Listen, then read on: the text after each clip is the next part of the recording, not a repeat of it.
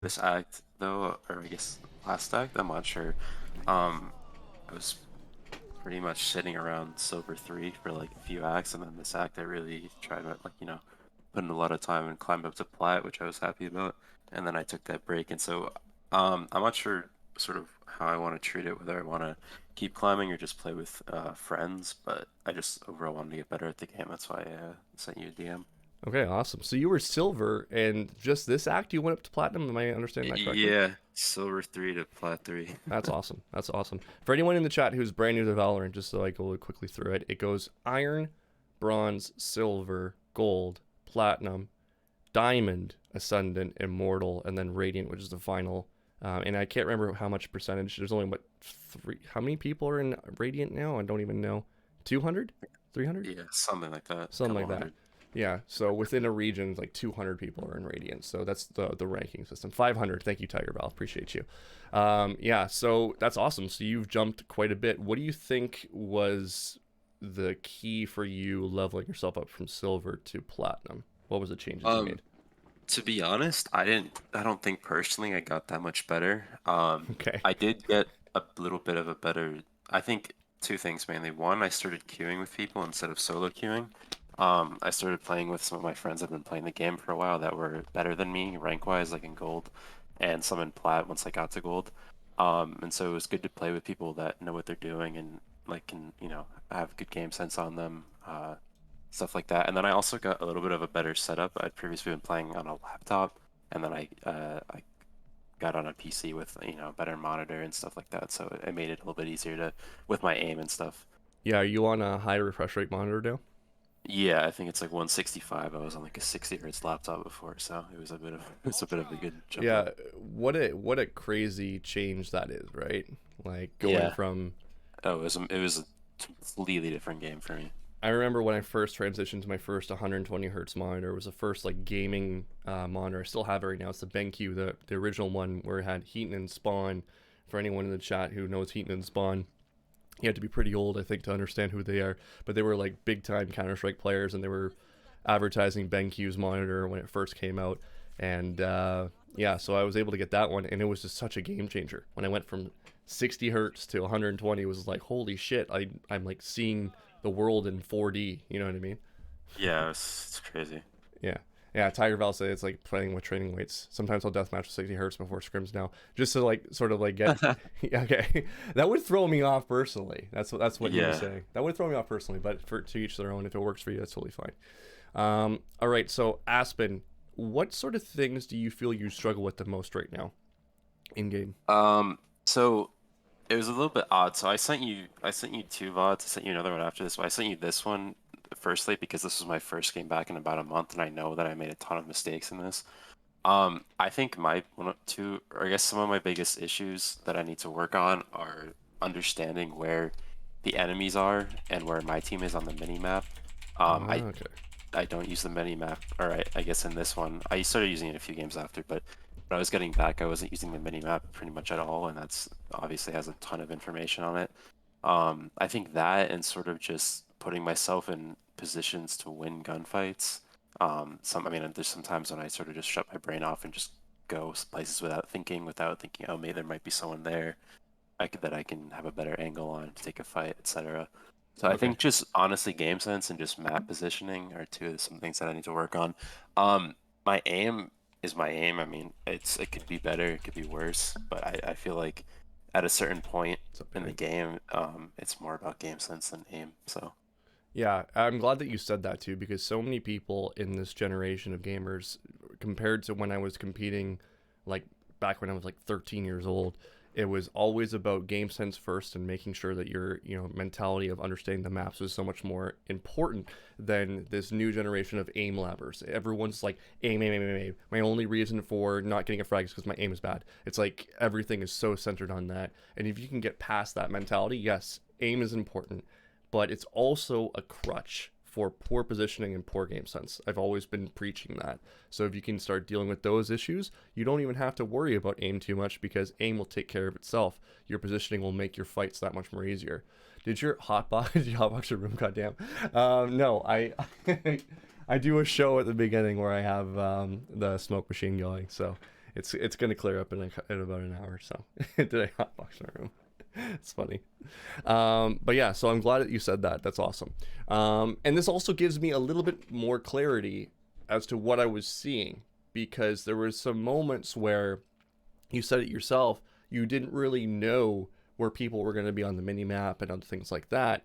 And because of that, you made certain decisions. So it gives me a little bit more clarity. And I'm going to start breaking it down into protocols for you, because I firmly believe if you have a protocol in your mind, it makes it a little bit easier as you're going through to identify where the mistake happened so you can fix it as you're watching more. So the real key today is going to be giving you specific protocols, specific titles for it, so you can identify what the mistake is and know how to deal with it on a game sense perspective. This kind of stuff will take time. I don't expect you to be perfect at it overnight, but it's something that you need to constantly be aware of and working on. And it should make the game a little bit more exciting for you, because now you're looking at it in a different light. Does that make sense? Yeah. Perfect. So, the first protocol, which is the most important one, and I preach this to every student, I've called it something specific. I hope you enjoy this, because I made it just for you, and I'm going to be making it for the rest of my videos now. Forget the dab. Please press your tab. That's your protocol. That's your first one. Okay? Forget the dab. Press your tab. These are the learning objectives. There's 5 that I listed right now. Setting up an environment for focus and staying present. This is something that I noticed in a couple of your rounds. I think there's some times where you're in the buy phase, but you're standing still and there's nothing that was going on. So I'm going to ask you about specifics of what it is that you were doing. I'm thinking you were looking at your phone, and if that's the case, we need to nip that in the butt whenever we're playing comp, because it will completely throw off your focus and your control. And we'll talk about what it is. There's actually some science behind that. Okay? Could have been anything, because we couldn't hear your comms in this VOD. Could have been anything, but just something that I noticed as well. Rotations. Understanding your rotations on CT is very important. We're going to talk about the rollover method. I've got a couple TikToks, VODs on that. But we're also going to talk about the difference between rotating with an eco round, like you being on eco, versus a gun round, how the rotations work with that. Okay. There were some moments where I didn't get to hear you say it, but I think you asked the question, do we buy here? What do we buy? And I want to make sure that you're clarified on exactly what it is you should buy, when you should buy it by the end of this. Okay. I kind of remember what I was saying. So if you have any questions about what I'm saying when my mic thing comes up, I can try to remember and clarify that. Perfect. That works. And then the other one is a very simple protocol. When in doubt, gun out. Okay? Anytime you don't have information or you're entering a position that's potentially hazardous, we need to have that gun out. We don't want to be pulling utility out. There's a few times where you pull utility, and utility is not a... I say it here. I have a line for this. I learned this in Overwatch, actually. Utility is not a substitute for poor aim. Okay, and I don't think it's a situation where you feel you had poor aim, so you pulled out your utility. But we never want to use utility to try to get a frag. We want to try to frag with our crosshair and our gun. Okay. Gotcha. So we'll talk about specific reasons and times when that actually happens. Okay. There's a couple other little protocols that we'll talk about too, but those are the 5 main ones. The other one that we'll talk about is the dead space protocol. It's a protocol in which you're pretty much in action for a certain amount of time, and you need to decide what it is that you need to do in that exact moment to get any kind of value out of what you're trying to do. But we'll go over all those things. Okay? All right. Sounds good. Is there anything in particular that you wanted to go over in this VOD before we get started? I mean, yes, but I'll sort of point it out as we go there. This VOD was mainly just I knew that coming back I'd be making a lot of mistakes, so I just wanted to make sure. Some of them I've corrected in my later games, but I just wanted to make sure that if there's stuff that I missed, that it can be pointed out so I can work on it. Because I know there's definitely a lot that I messed up on. Do you play Viper often? I split between Viper, Breach, and Jet depending on our team comp. I never really insta-lock it. Sort of if we need smokes, or I mean, depending on the map, I'll play Brim if we need an actual smoke agent, but on Breeze and Icebox and whatever else, I'll play Viper, and I just switch between Breach and Jet depending on what we need. Okay. Thank you for that, Tiger Val. You guys are allowed to tell me in chat if I'm not showing my footage, by the way. Feel free. If it just seems like something's wrong, you guys can say something. I think everyone's been talking this entire time in chat and no one said a damn thing. So appreciate it. Appreciate it, Tiger Val. Everyone, you guys can say something, okay? All right, yeah, so perfect. Just let me know if there's something that pops up. I think a lot of the stuff that we're going to go over, you might already know, just based on that. But it's curious. I asked that question because I think there were some moments here where I was like, okay, I think Viper specific, there's some things that we can talk about. So awesome, we'll go into it. So this first round, I made a couple comments, and you're gonna get all my notes as well after the session, so you can look at it in a visual standpoint as well. Okay, great. As well as this will be uploaded. Well, it'll be on my Twitch, so I'm gonna have it saved so you can access it at any point in time. But yes, so the first round, I mentioned 2 comments: "Are you safe?" and Dead Space Protocol. I don't remember the exact reason why I said these things, but we're gonna find. I feel like RLP Bozo's gonna be cracked out of his. So once again, the Dead Space Protocol is about having a certain amount of time where there's inactivity. Okay. I've noticed you try to throw this particular smoke. Yeah, I was trying to remember the lineup, but it's been about a month, so I was trying to get it on top of that thing to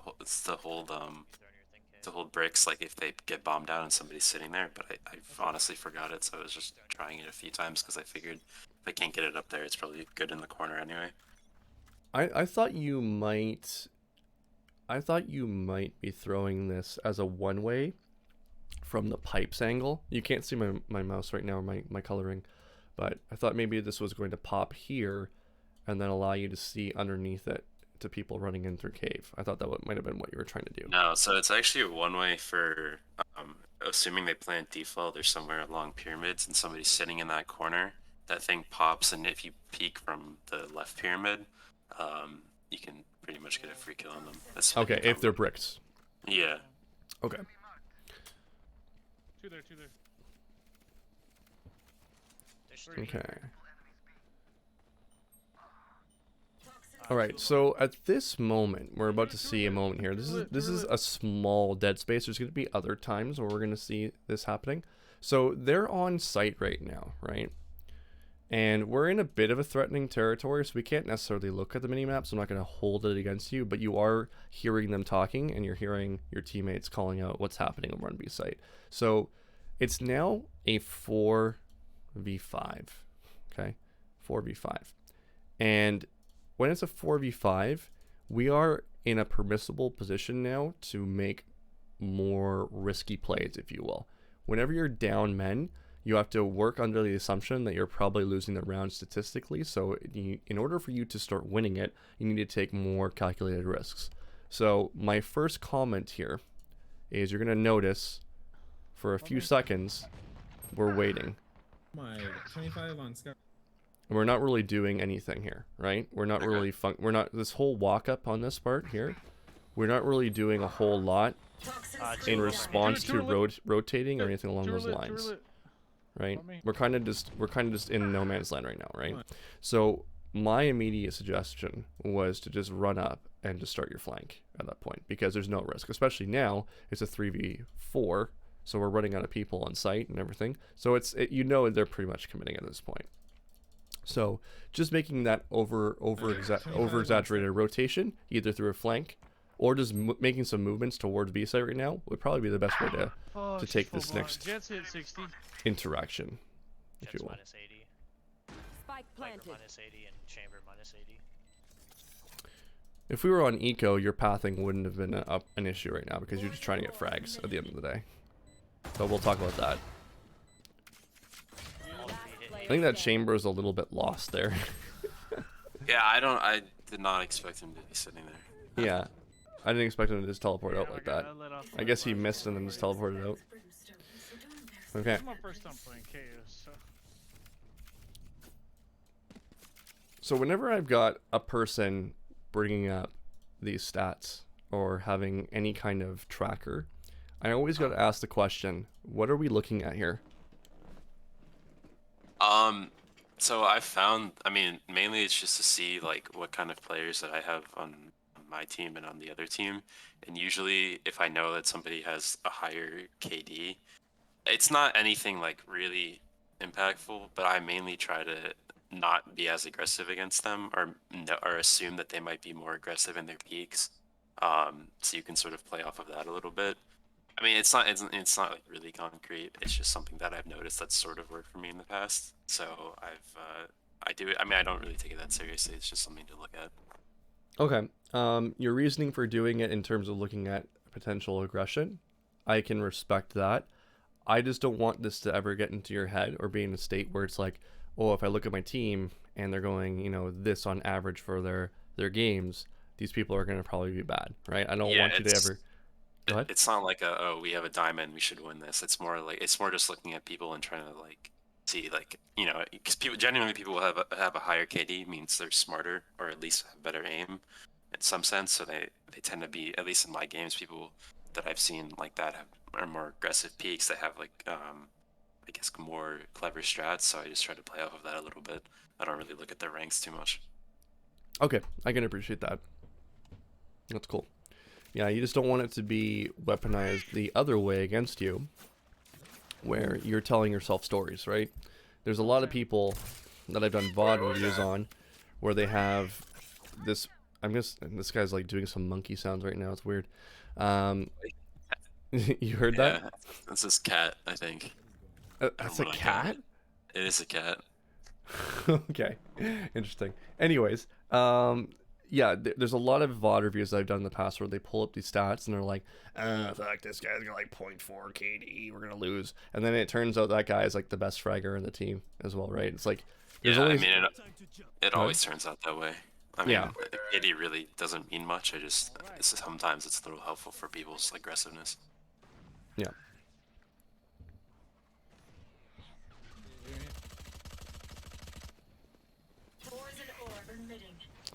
Okay, I really like your positioning right now. I love where everything's going, how everything's going here. Flashing. Don't be afraid to be aggressive at any of these points. I think there was one TikTok I did where I said, get right against this wall and just peek through it, right? Especially when you're on an eco. It's not a big deal to just be aggressive on these moments and try to catch someone when they're doing stuff like this. It ends up working out really well for you. Yo, I hit Viper for 5. Even if we don't win this round, I have my arrow in 5. Take the spec. it's really good for us where we're at. Give me the spectre. Give me the spectre. We're gonna move ahead of this. Gave it to you, boy. Yeah, it's Mid just, maybe. She's Shouldn't. We end up winning it. yeah, we get the round. Nice. Yeah, so that's a huge round for us. Whenever we win an anti-eco like that, it's gonna really mess up their money for a few rounds. So it's a solid win to have. I think this is our first moment. Okay, yes. So a couple things happen on this round. What's happening on your end? I'm gonna note. Okay, that was 10 seconds there. That was 10 seconds. This is a big thing for you. Okay, 10 seconds off the clock where there was no action. So what were you doing on your end? I think I'm not sure if I was either checking my phone or getting water. One of those two, because I know I think I did this twice in this game, or Yeah. 3 times maybe. It was one of those two things. Yes. This is a big no-no, okay? And the reason being, let's say it's phone, for example, the science actually shows on the tasks that you're doing, if you were to look at your phone and start reading text and start doing other things, you're actually going to be distracted and not be able to give 100% of your full effort mentally onto the task at hand for about 40 minutes. It completely throws you right off. So this is something that I actually tell whenever I go into a game, which is very rare these days, but when I go into a game, I'll text my girlfriend before and say, I'm about to go into a game, I can't talk to you for about an hour. And then she'll completely understand, right? Anyone that is pressing, I will say, Kate, phone's going away, I need to focus all my attention on this.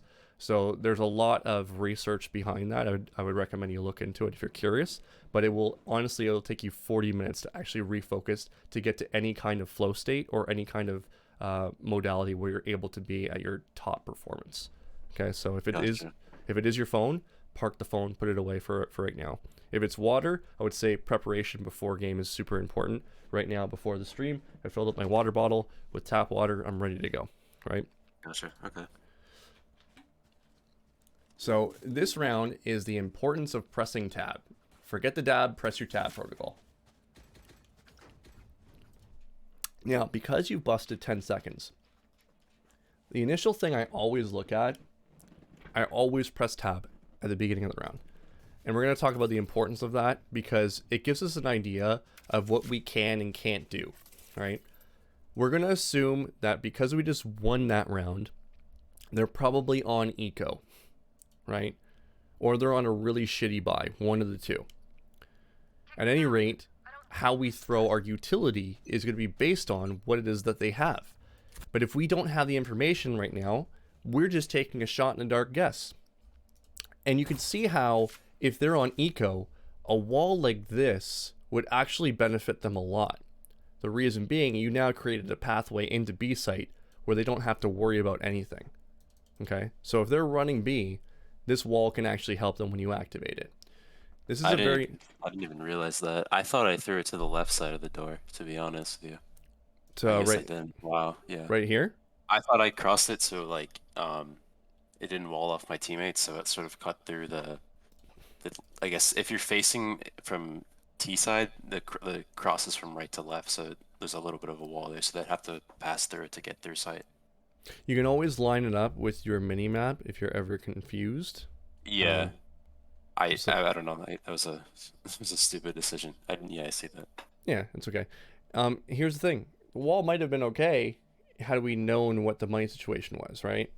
Like, do we want to have a path open there? There might be a situation where you do want to. I can't think of any off the top of my head, but there might be one, right?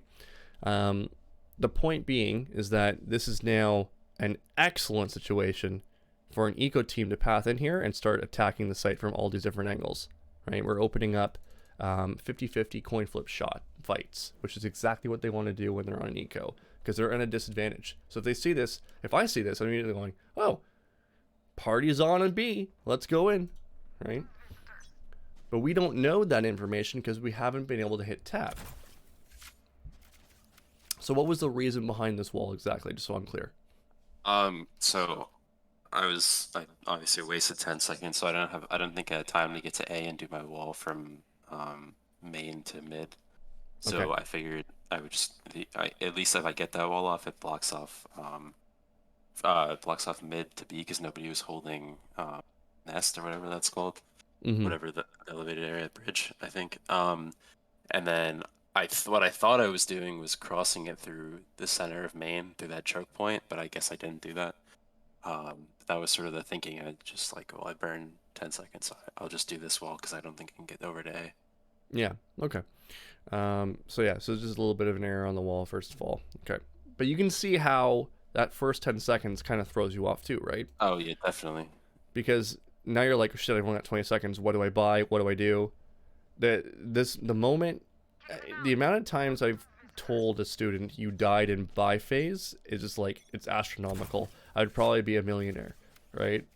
There's so many times where people are jumping around with their knives and stuff like that. I'm like, what's your plan here? And they don't have an answer. And this is the most critical time where you really need to have something, any kind of visualization or plan in mind. We're going to notice in this game in particular, this is another point, that this pathway through here, the hallway and the middle, is oftentimes uncontested by your teams. And it leads to a lot of issues on your CT side. Yeah, that's So- true. We pretty much gave them halls every round, I think.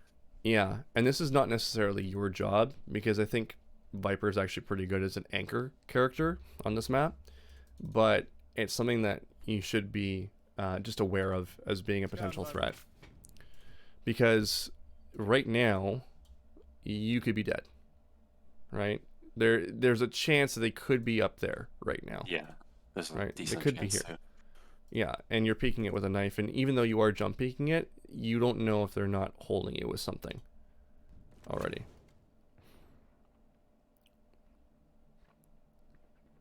Go, go, go.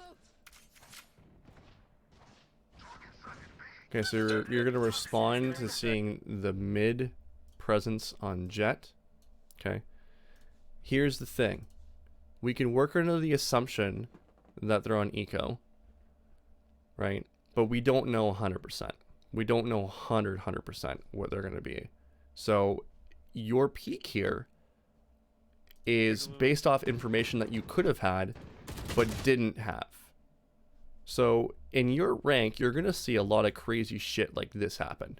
He should not have had this at all. Yeah, it's not. I thought he was gonna have a classic or a ghost or something. That's why I took the fight.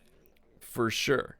But you also could have seen his money at the beginning of the round and known that there was a potential, a chance, a threat, That's potential true. threat that he could hero buy here, right? That's an important piece. Every frag that they get is $200. Every bomb plant that they get is $300, right? They planted the bomb That's on true. both rounds. That's $600. Sova might have had a lot of frags. One time you want to look at his KDA, hey, he's got like 4 or 5 frags. He's got a lot of money from that. These are all things that could influence a person getting a hero buy. Especially at your rank, you're going to see a lot of hero buys because there's going to be a lot of people with egos that says, I can carry the whole team, right? So Yep, it's true. this mistake here reinforces the fact that had you known, you might not have peaked like that. You might not have forced that peak or gone for it at all. And it's an important piece, okay? Gotta go. The other thing too is that at this rank, you can literally predict every single move a person's going to make just based on how much money they have. You literally can guess that. You can look at their utility, you can look at their alts, you can look at their finances and be able to make a pretty good educated guess as to what they're going to do, at least a good assumption, right? It gives you so much information. So pressing tab is just so important. Yeah, At that's one all of the times. things that I didn't do this game that I have been doing since. Because that's one of the things I used to do a lot when So is there 15? before the break I took. But yeah, I definitely could have improved on that this game. Yeah, it's kind of like you have 20/20 vision, right? Pretend it's like you press tab, you have 20/20 vision, but you're deciding to put a patch over one of your eyes and just saying, hey, you know what? I'm going to be nice and give these guys a chance, right? Right. I'm going to be a nice guy and blind one of my eyes. Right. When you could use both. Why not use both? And you'll be able to make better decisions because of that overall. Okay. Yeah.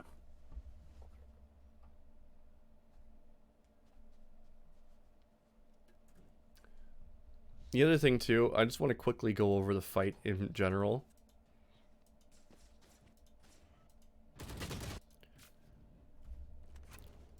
Some coaches would look at this and say, oh, by the way, I love that you have shooting error on here. Anyone who's doing a VOD with me for very future helpful, reference, anyone who's doing a VOD with me for future reference, if you can put shooting error in there, that helps so much with understanding what's going on mechanically for you. Now, a lot of coaches would look at this and be like, well, you were moving and shooting, that's why you lost this fight. But in reality, you shouldn't have taken that fight. You would have looked at the scoreboard and saying, hey, there's a chance that there's a threat of a vandal, right? And maybe I shouldn't peek like that. Or at least peek for information, right? So I have a question. Yep. So, hypothetically, I do look at the scoreboard. I see Sova and whoever else has enough for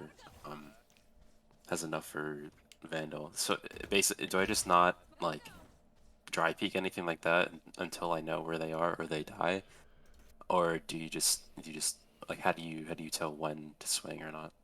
Well, the one thing you need to understand too is that when you have an advantage financially, right? If you were to hit tab right now and you were to see that they can afford 1 Vandal but 4 shit buys, that means they have 1 player.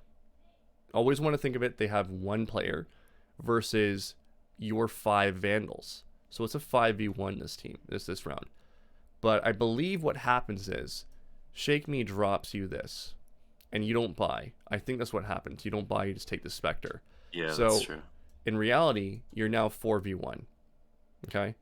Anytime you can have a massive financial advantage like this, economically, you have statistics in your favor to win. So you always want to outnumber the opposing team, right? By you doing this, is your percentage higher or lower to win the round? It's lower, right? So always take the highest amount if you possibly can, right? Even if you have to match them, as in like they're 1/2 buy. So hang on, let me see. If they're half buy, why go 4 when you can go 4.5? And what I mean by a half buy is that they have light armor. Always try to get the biggest advantages you possibly can. Take your advantage. And that pretty So, much will. Yeah, go ahead. In general, you would like buy light armor and Vandal over big or heavy shield and Spectre or something else. Sorry, so can you say that again? I was just looking If at it chat. comes, I mean, if it comes down to the eco, you would definitely recommend light shield and Vandal over heavy shield and Spectre or something similar. In this map in particular, Vandal is going to be king for sure because most of your fights are predominantly going to be longer range. Now, Okay. if you can tell me that you're going to push down cave and fight shop and fight a close range fight, and you're comfortable with the Spectre, okay, that's fine. You can do that. But if you're going to tell me that you're going to hold a Spectre angle right here against an eco, they actually will have the advantage on you with their sheriffs at long range. So you're basically taking away the advantage of facing an eco at that point, right? Gotcha. Okay, yeah, that makes sense. So I think it's very situational based on what it is that you're trying to do. But I would say that if you have the financial advantage, take the financial advantage and roll with it. Okay. And that should answer your question too as to what is it you should be buying. It's also another issue with me going AFK is instead of buying and looking at the thing, I just came back and saw a gun, so I picked it up. Yeah. Yeah. And I don't think it's a wrong thing. I just think that because now you're playing Spectre, it limits you on the things that you can and can't do, right? I want to answer Tiger's thing first and foremost because I missed it. Oh my god, he did not do the worthy wall on attack. Well, he hasn't even done attack yet, Tiger. Give him time. Give him time. Don't worry. We'll see the worthy wall a few times. I deleted all my overlays because you know the worthy wall? Is that the one from mid to A site? It's this one. It goes across here and separates the site like that. I think I See did me. that a few times. Yeah, we'll talk On about that. offense. We'll talk about that because I have a lot of hate for that particular wall because I said I don't like the wall, and people are like, "Oh my god, how can you not like the wall? Pros do this." But we'll talk about that in particular because there's uses for the walls, and there's times that you want to be using that wall. So it's not inherently a bad wall. A lot of people need to understand that I have to say things like this in order to get some attention, otherwise people won't listen, right? So I have to say some controversial shit sometimes, right? I think everyone understands that from watching Andrew Tate. He says that controversial shit, people start listening, right? But he's a bad experience, bad reason, but a bad example. Influence? Example. Yeah. Bad example. But the point is, you say controversial shit, people pay attention, right? So I don't think the wall is inherently bad. I think the way people use it is incredibly bad, right? Because they don't have a plan most of the time. But we'll talk about it because I think you use it in this one, but it's okay how you use it. Are the studies about once people realize they're in flow state, they exit? If you're realizing you're in flow state, you're not in flow state. Flow state is kind of like having blinders on and you're so focused in and zeroed in that nothing else around you affects you. Not even the realization that you are in that state. You're just so in tune with what it is that you're trying to do. You're kind of like one with the game at that point. You literally are Viper at that point, right? That's flow state.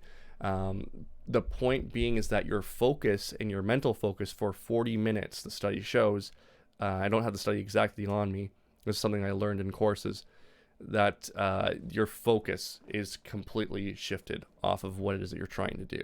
So it's one of those things, the phone will literally mess with you. Is this the highest quality? It is. Okay. So we're going to skip this because you died here. We'll move ahead. Any questions on any of that stuff before I move on? No. I think that covers the round. Okay.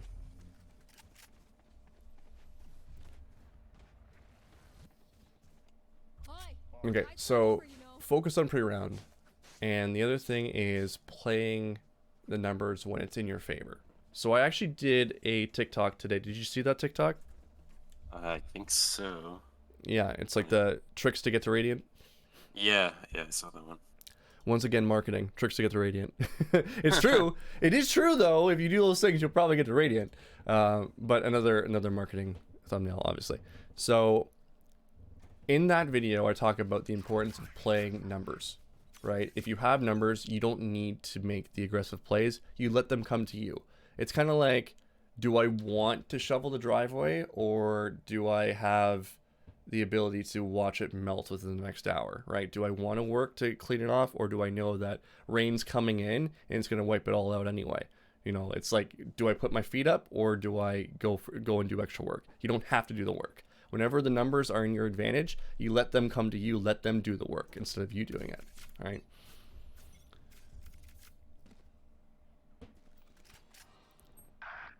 Oh, okay. Yeah, it's on me. You want to play? Let's play.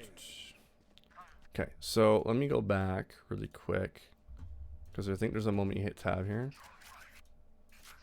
Okay. The question that 17 messages were deleted by moderator. What?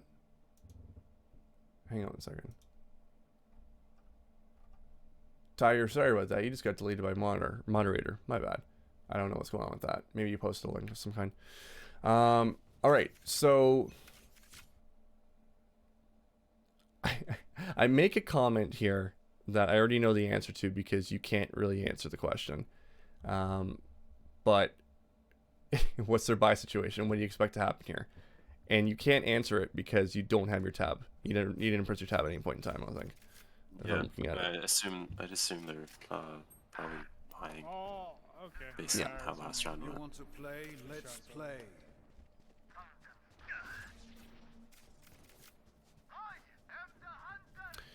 This is our first rotation or over rotation. Let's talk about it really quick. So whenever we're rotating for a potential rush, right now we have 2 on B. Our next natural rotation is here, but if we know that they're going in, our next natural rotation would be right here, looking towards halls, and the next natural one after that would be here, supporting there. You could also go this direction to go to McDonald's and watch from there. Okay? Okay. So there's specific positions on the map. I'm going to explain rollover to you. Essentially, what happens is, if we assume, let's assume that there's 5 people. Okay, you got 2 on B. You got your neon mid. You're kind of over here, so there's 2 over here. So it's 2, 1, 2. What you naturally want to do is start rotating 1 position to the right if you know they're going B. 1 position. Okay? So like I said before, let's say you started here.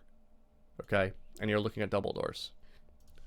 Your next natural rotation would be to shift over to the bridge, and then Yoru can shift over to yellow. And he's still watching K from yellow. Okay? If you see a lot more contact, your next rotation would be to go to mid or to go to McDonald's. That might be too much of an over rotation, but you move over to the right, and then Yoru would take the spot that you were in. So everyone naturally will shift over to the right one. This is really hard to do in a ranked game because people are running around like headless chickens. Okay? Yeah, I was gonna say, are you TP'd past where I was? Yeah. But should it be? Yeah, people will run around like headless chickens, and typically you don't want to ever cross over anyone when you're doing the rotation. You always want to be taking the next person to the right, sort of thing. That way you don't over rotate, and that way you don't just lose your anchor player in the wrong position. Okay. Typically I would say that you should be anchor here, but right now Yoru is technically anchor because he's the furthest one to the left. Over here now, Sova is now the new anchor. Their anchor actually died.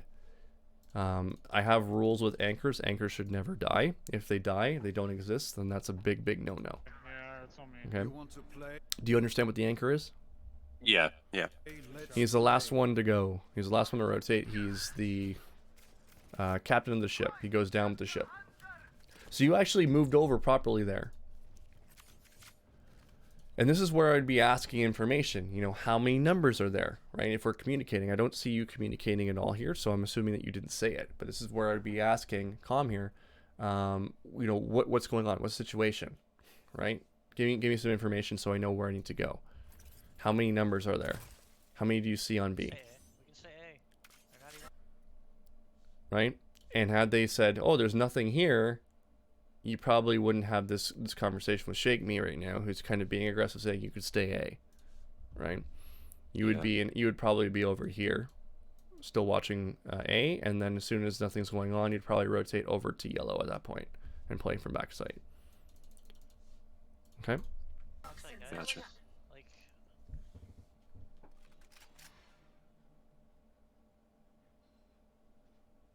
Okay. So go to here. This is going to be an advanced thing. Okay. Great kill. Did you notice how fast he was moving? Like, he went straight across with full confidence that nobody was here at all. Yeah. He had full confidence that no one was going to kill him from cave. Full confidence that no one was going to kill him from titties. No confidence, or full confidence that no one's going to be at bricks. Anything like that. In fact, there was probably a little bit of confidence that no one was at yellow. He was looking straight at you. And this tells me a little bit of information. When someone runs out like that with that much confidence, I'm going to work under the assumption right away there's probably one on site. Because no one just does that. Right? Unless they're an absolute animal. I mean, it's plat. It happens, but Unless- generally speaking, yeah, you're correct. Unless they're an absolute animal. Okay? In this case, Max Sounds is an absolute animal. Right? But it does not hurt you to work under the assumption that there's probably 1A. And communicating that there's probably 1A is actually a high tier thing that you should start working on right now. Okay?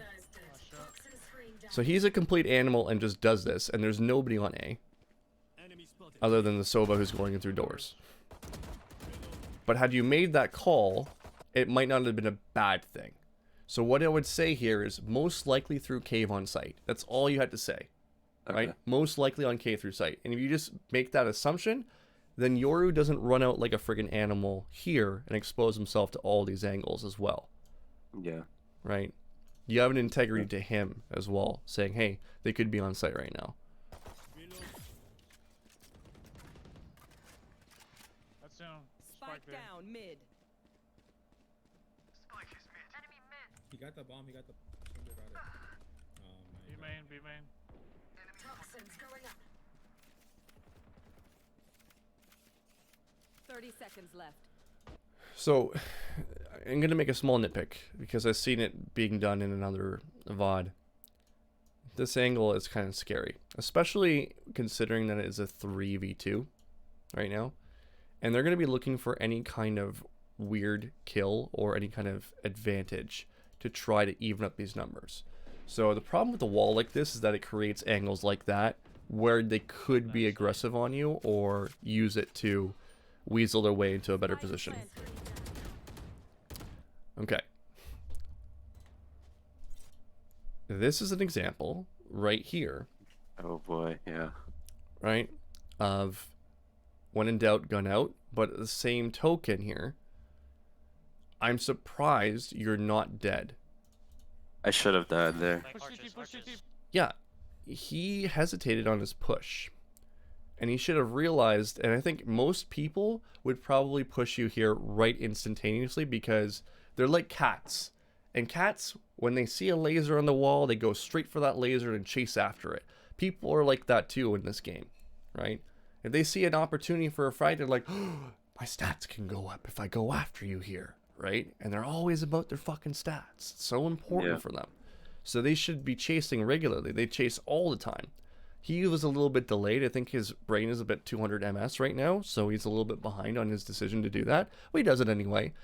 But I don't blame him for doing that either because it's a 3v2. He is now singling out a 1v1 on you.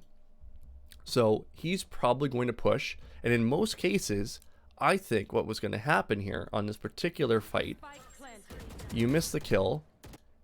He would instantaneously swing you again here and fight you again because there's no risk. They're going to lose the round statistically. Let's talk about this right now. What's the situation? 3v1. You don't need to push at all. No, the bomb is down. We do need to push now. Oh, Okay. is it down? I didn't Bomb notice that. is down now, so we do need to push. So Like take a this look at what just- I just circled here. He's his ult active, is it? I can't see. Yeah, it's active.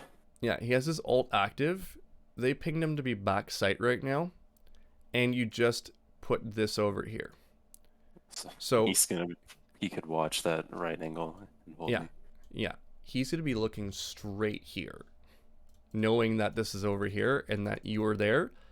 The reason why is because this is a singled out 1v1 that he knows that he can have a singled out 1v1. If this is Hiko, he's taking this fight, right? So I would shoot this instantaneously to take out any kind of advantage of him teleporting before I peek. On Okay. site, default, I think. Poison orb. Good thing he's bad. Oh, good. Yeah, it's not Gotta stop. the best play by him. Yeah, and I think it just comes down to when in doubt, gun out again, because we threw this, and I would say we threw it as a means to frag him. I think that was your reason for throwing it. Is that correct? What was your reason? The Q, it was actually to. I mean, it was Push CT. didn't work as I thought it would. On site, default, I think. But I kind of threw it to clear off that angle. I think I was sort of trying to. I was assuming he wasn't going to peek the 2 there, and if he did peek me, I was dead anyway. So I was going to throw it and hope that he didn't peek me, and then I could get the orb up and then maybe cover for a defuse or something while the other 2 hold him. It's mainly just to block up vision. The snake bite here. Oh, the snake bite. Oh, yeah. Sorry, I thought you were talking about the orb. The snake bite. Yeah, that was to kill him. Okay.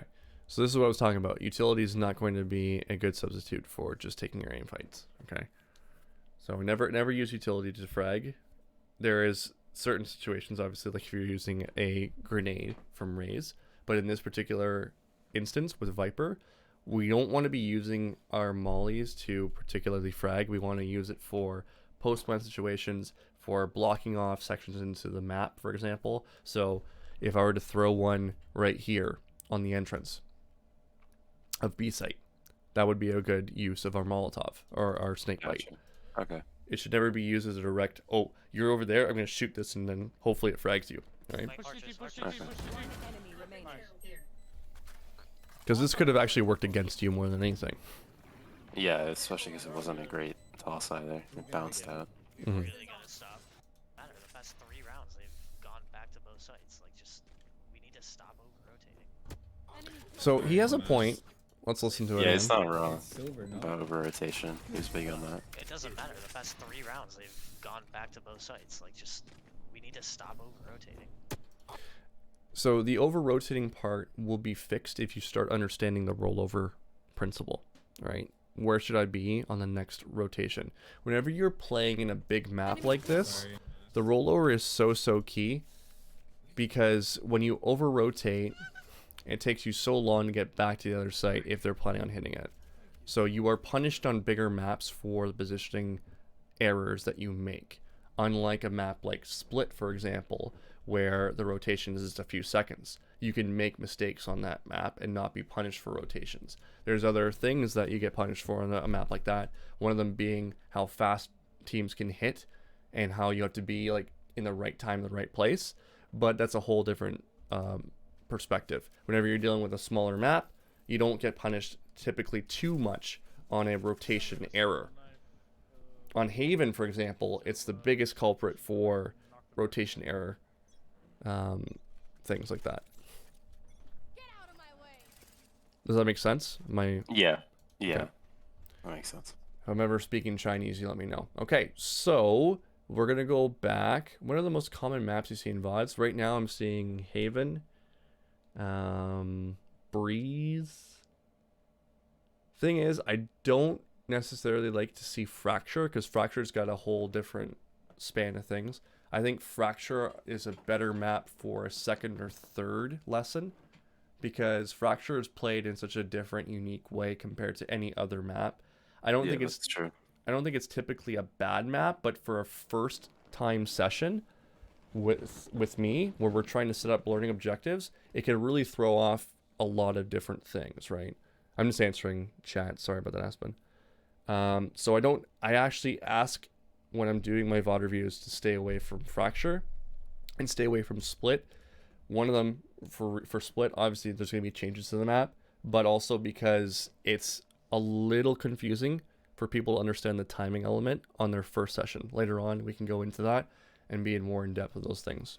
Pearl, I don't mind seeing.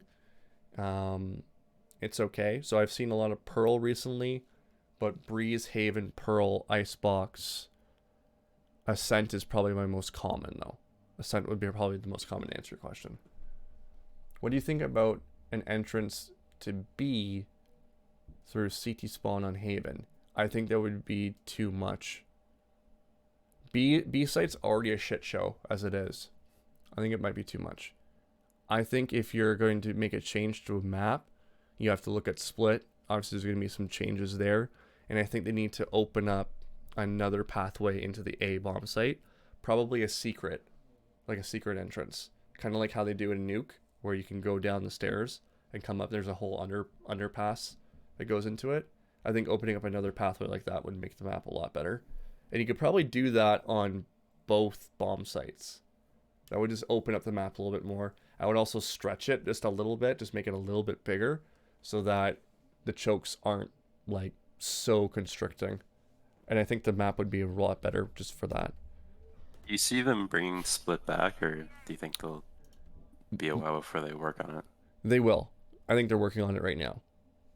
Gotcha. Whether they make it a good map or not is another question.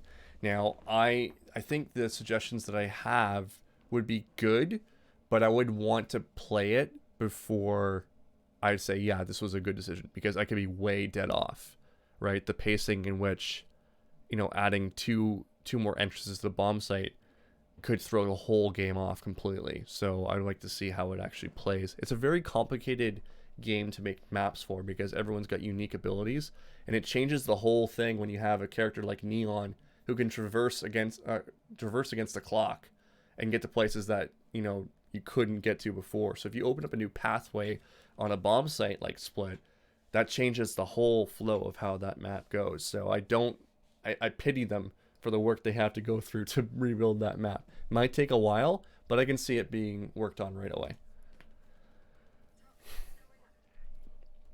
Okay, so we're gonna go back because I need to applaud you. You pressed your tab key. Finally. And I don't think you pressed your tab key to check for information. You probably pressed it to check your KDA. Is that right? Or am I wrong? I think I checked to see who on their team had ult, but I Okay, think good. KD was also probably, I mean, I'm not gonna lie, it's probably also, I wanted to see how I was doing, KD Good. wise, I'm sure. Okay.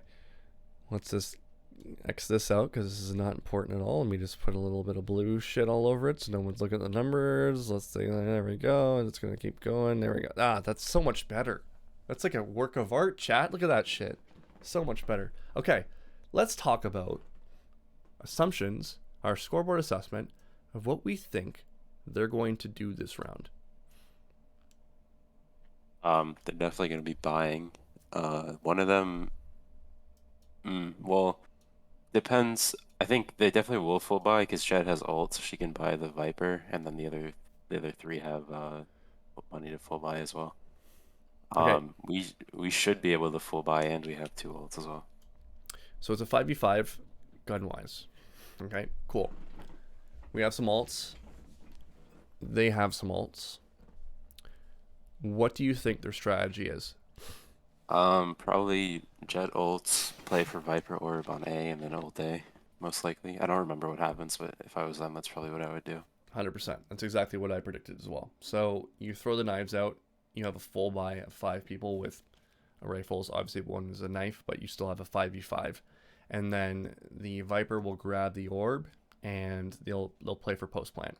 You're gonna see a wall, the wall that I hate, The going worthy across wall. here. The worthy wall. You're gonna see the worthy wall, and they're going to go and they're gonna play for post plant. Here's the thing: if they have that plan and they're going for orb, this is a great wall, right? Because they're gonna play in cave. They'll probably have someone going through halls, right?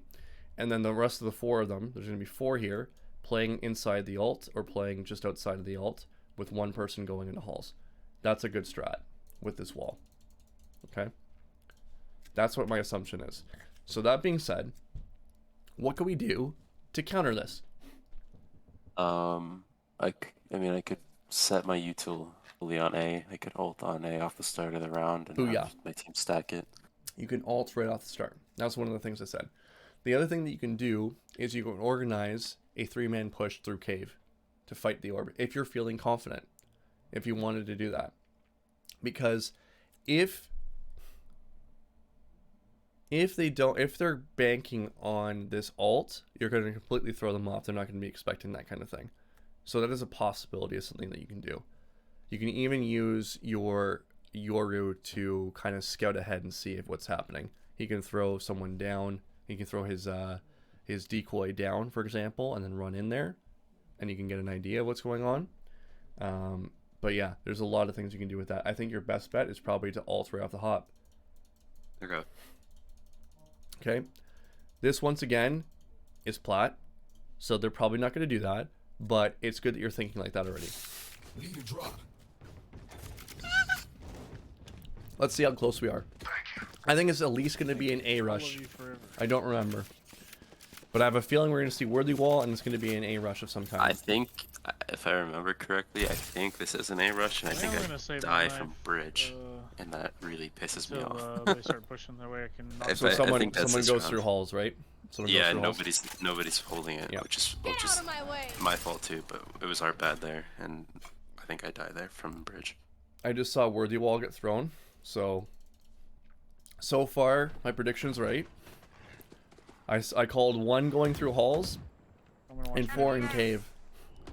There's 2, Toxins going up. 3, Enemy A. 4. Poison ore. Toxins And down. yeah, and then there's 1 bridge. 5. And there's your TikTok clip. Yeah. Prediction 100.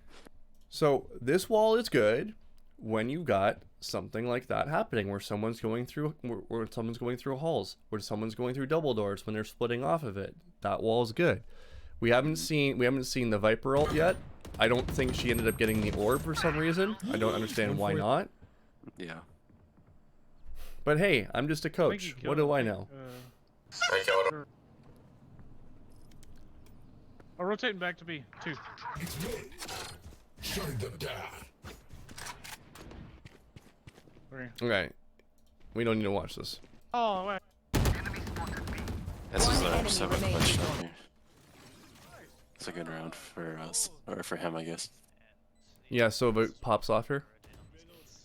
Yeah, he gets. I don't know their games. I don't know what they were hearing, but Sova goes 3 with their backs turned, and then. Oh yeah. This is. I think I remember watching this and saying, "Oh my God, what a throw!" Yeah, like these guys threw really hard. Way ahead of the back. Yeah. We'll give him his moment of. Chambers He and actu- La La Land. I don't think he should have actually shot him. Probably not. I Yeah. would have waited. Shot down. And Sky. Bomb. How is Sky so oblivious? I don't know. Man, what a throw! A big throw. Yeah, this is why you don't have to Shake me. Give him a round of applause, ladies and gentlemen.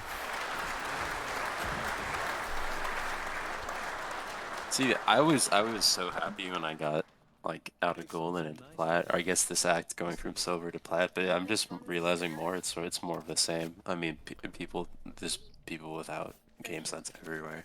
It's I'm not so- even that high of a. It's not even that high of a rank. I'm- My experience is that I can do just as good as in silver lobbies as I do in plat lobbies, and it's just luck who's in which one. 1000%. And I would say the only difference between IMO lobbies and your lobby is that they're kind of a little better with their game sense, but their aim is at their peak. Like they've hit the ceiling, right? Yeah, I don't train A labs at all. I'm sure everyone in Ascendant and Up does, so I'm sure that's part of why I'm not climbing farther. Yeah, it's one of those things where I would say that their aim and their mechanics are really, really good. They figured that part out, and that's what's got them to the show. But honestly, I would say that it was funny because my editor was saying this. He's like, you do a shit ton of VODs from IMO players. I'm like, yeah, they need the most help. Like, they have no clue. They need the Yeah, most I'm help. sure. I'm sure once you get past a certain rank, your ego is also through the roof too. So you think you know everything. Yeah, and that's why I always congratulate and respect the people that say, you know what, I'm going to make an investment in myself and try to learn something new.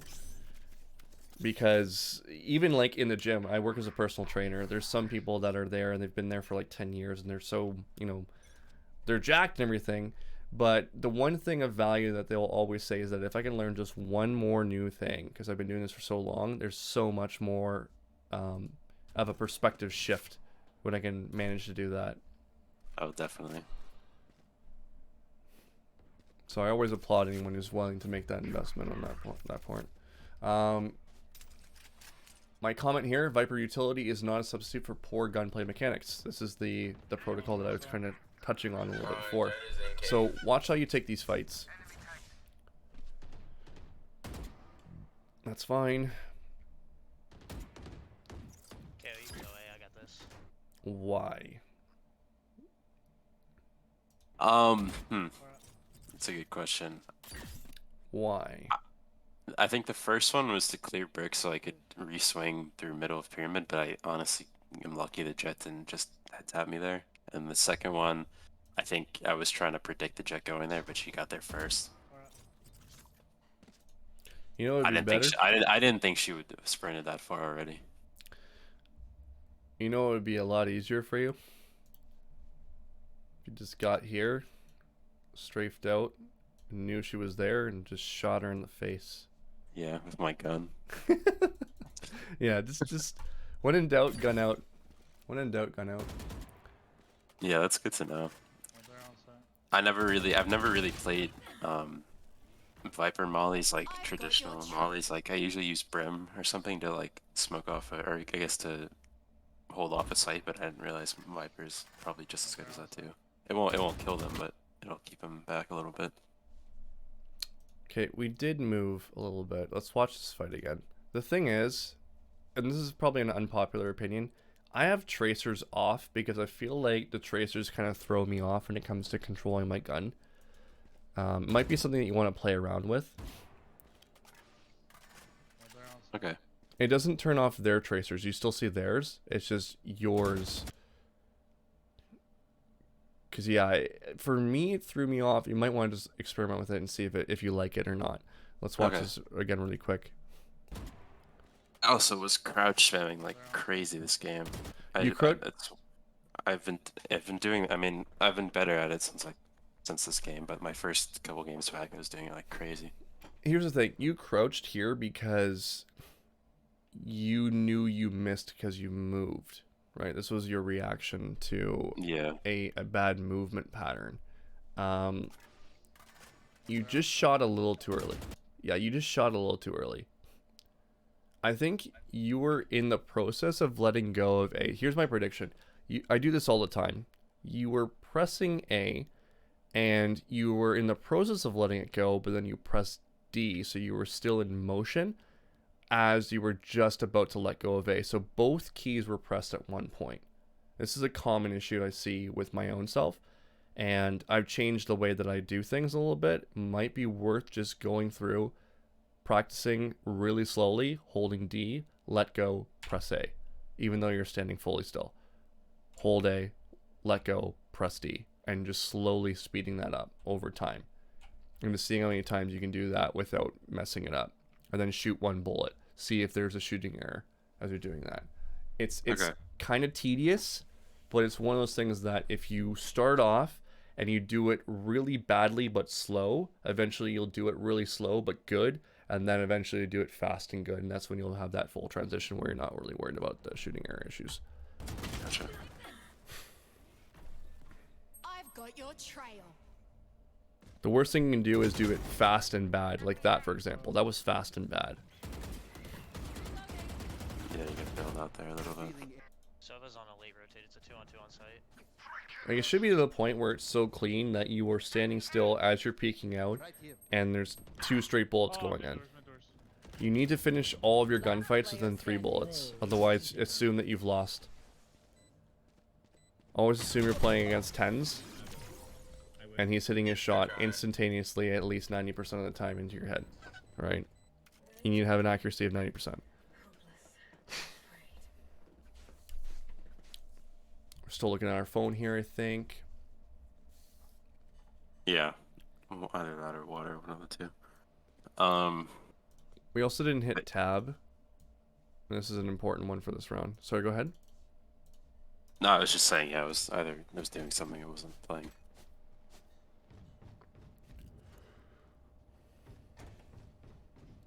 I don't know what you guys want to do. Save, just have fun. Yeah, there I was asking whether they wanted to full buy or half buy or what.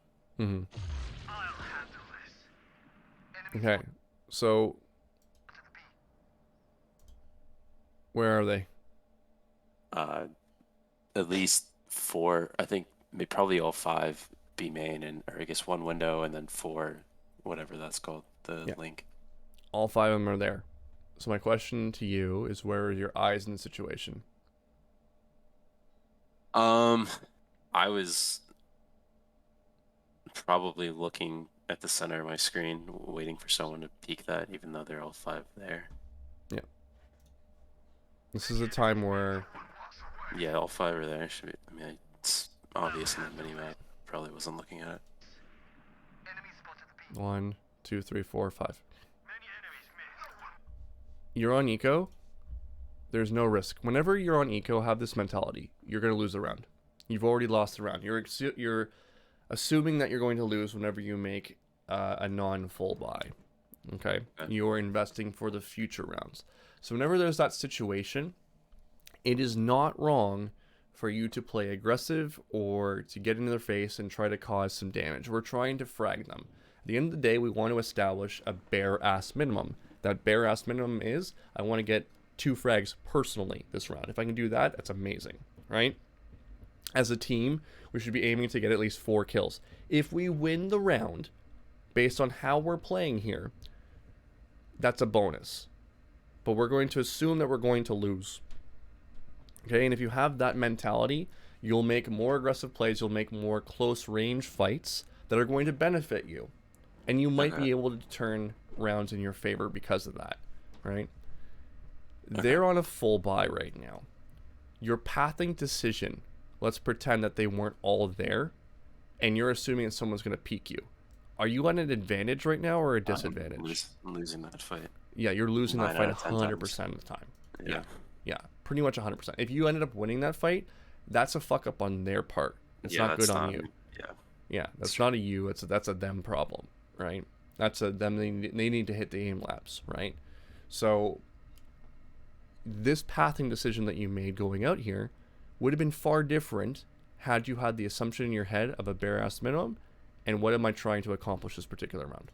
Okay, I have a couple of questions in chat that I want to answer real quick. Am I not supposed to hold D, then press A with D and then shoot? Tiger, I'd recommend you hop into a room and test it out for yourself. That would be the best thing that you can do. All the top pros will say hold D, let go of D, then press A. Okay? And it's going to be so quick that you're transitioning. You transition to that. Okay? I would also recommend that you try testing out just letting go of the keys and shooting and seeing how fast it is compared to pressing A and D. There's a lot of pros that I talk to that say there's absolutely no difference.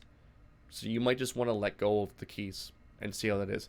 But my experience to you, or my advice to you on this, Tiger, is truth through experience. Don't listen to me. Go in the game, test it for yourself, and find out the answers for yourself, right? Compare it. Do an MS. Do a timer. Get someone to hold a timer. See how long it's going to take for you to do that. Whatever you need to do, go in there and experiment, because that's where you're going to make your own growth. Hi, sir. I don't know if you remember me. I do remember you, Red Demon. How you doing? But I have a new and improved way to use Viper, and you can get 2 to 3 kills every round, and it works 100% Viper wall. Viper wall. Okay. Please let me know. I'd love to know, Red Demon. Are you talking about that wall that was trolled across here, where someone was hiding in this spot? Is that what you're talking about? Because that could I definitely. saw that clip where the one his gun was sticking out. You know what I ended up saying in one person's VOD was that here is an example of something that was done incorrectly, but I never considered doing it like that. And because I went and saw a silver VOD and got that in, I was like, wow, I could totally use that in the future once, right? To maybe get a really good triple or multi-frag opportunity, right? Yeah.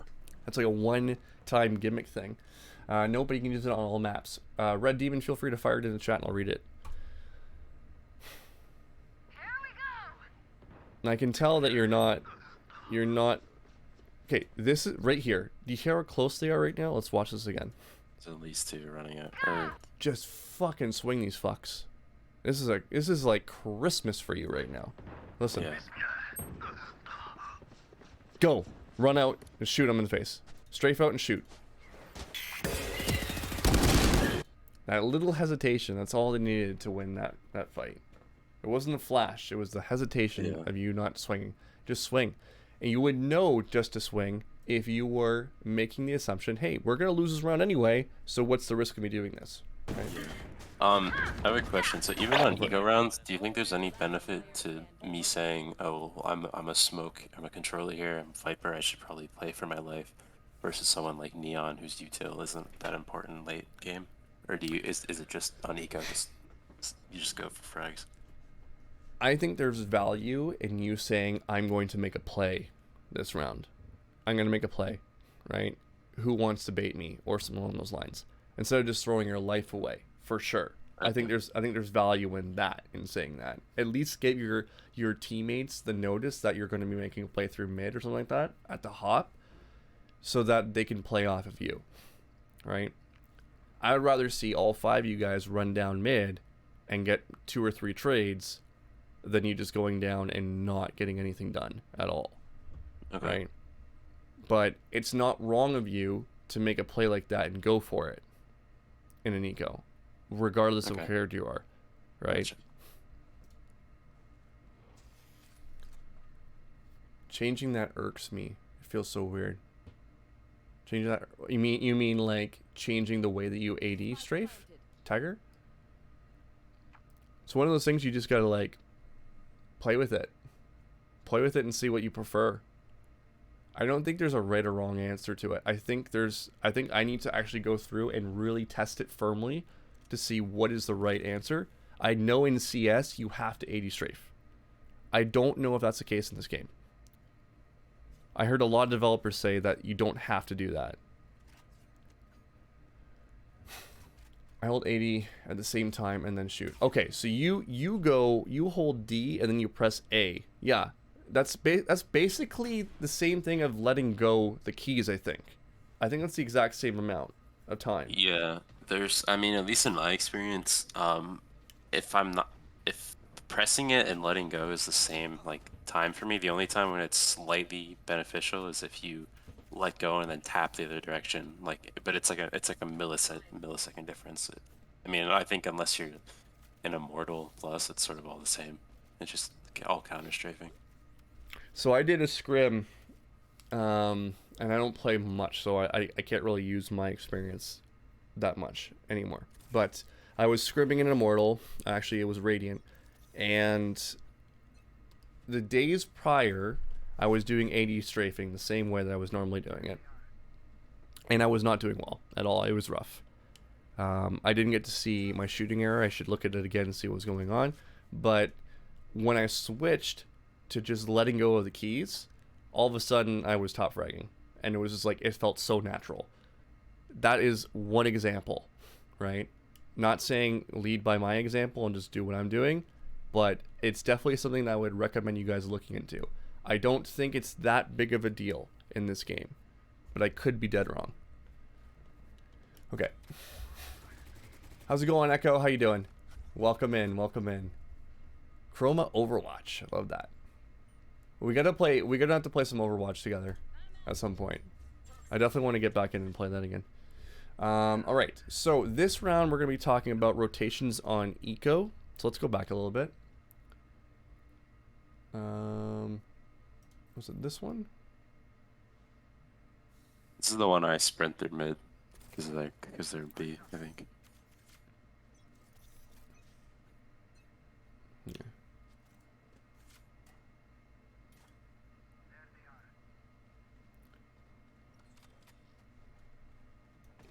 Toxins going up. I think I missed this round.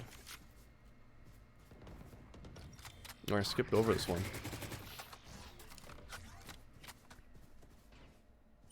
Let's see what happens here. I'm out of here. Toxin screen down.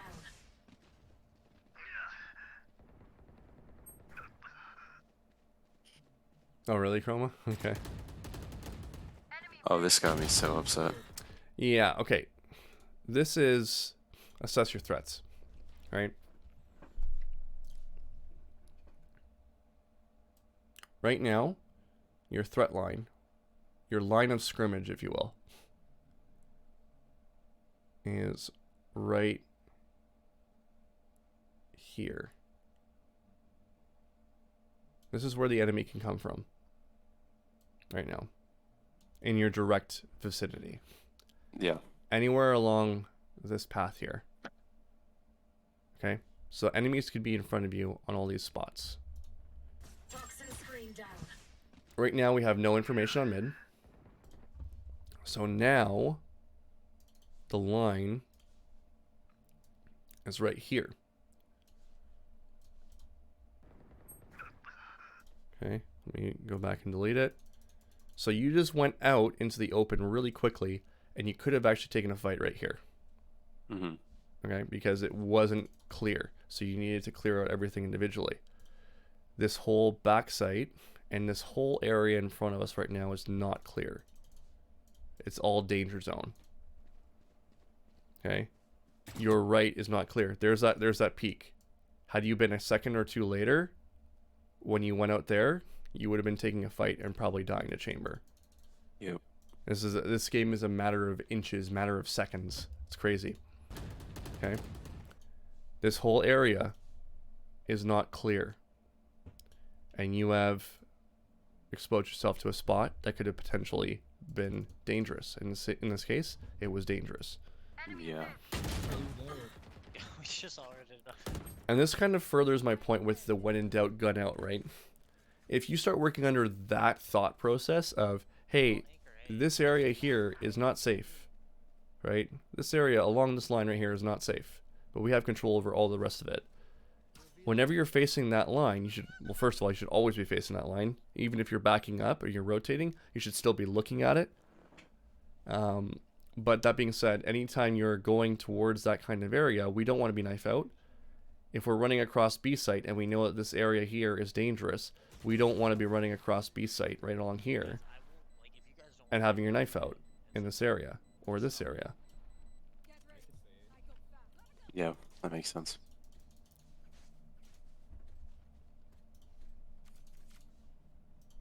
Okay. Just gotta hit Immortal, play with Coach Worthy. Honestly, you could probably play with me in Gold right now because that's probably where they'll place me. Even though I scrim at Immortal and Radiant. You probably could play with me at Gold. I haven't tested it. Here's a fun thing. It's a fun fact for you guys. When I first got placed in the beta rankings, I don't know if you guys have heard this yet. I am going to be putting a TikTok out on it. They put me in Silver 1. This was while I was scrimming with Baby Bay, Coach Trippy, Aaron, Brando, whole bunch of different people that were either on Xset or FaZe and all these other teams, right? Playing against all these top tier players, and they set me up at Silver 1 when I first ranked in. Eventually I got to Valorant, right? Didn't take me long, but they put me in Silver 1. Like, this is why I further say the point that rank really does not fucking matter.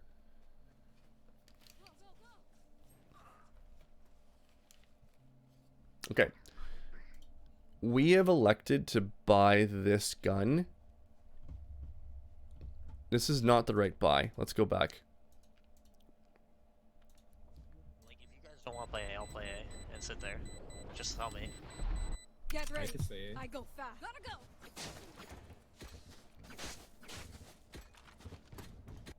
Okay. Why is this not the right buy? Well, I bought it to play in my ult, but it's not the right buy because it's a huge gamble if they don't go A, because then I'm pretty much have no chance at any shot trying to rotate through mid or through CT or through their spawn.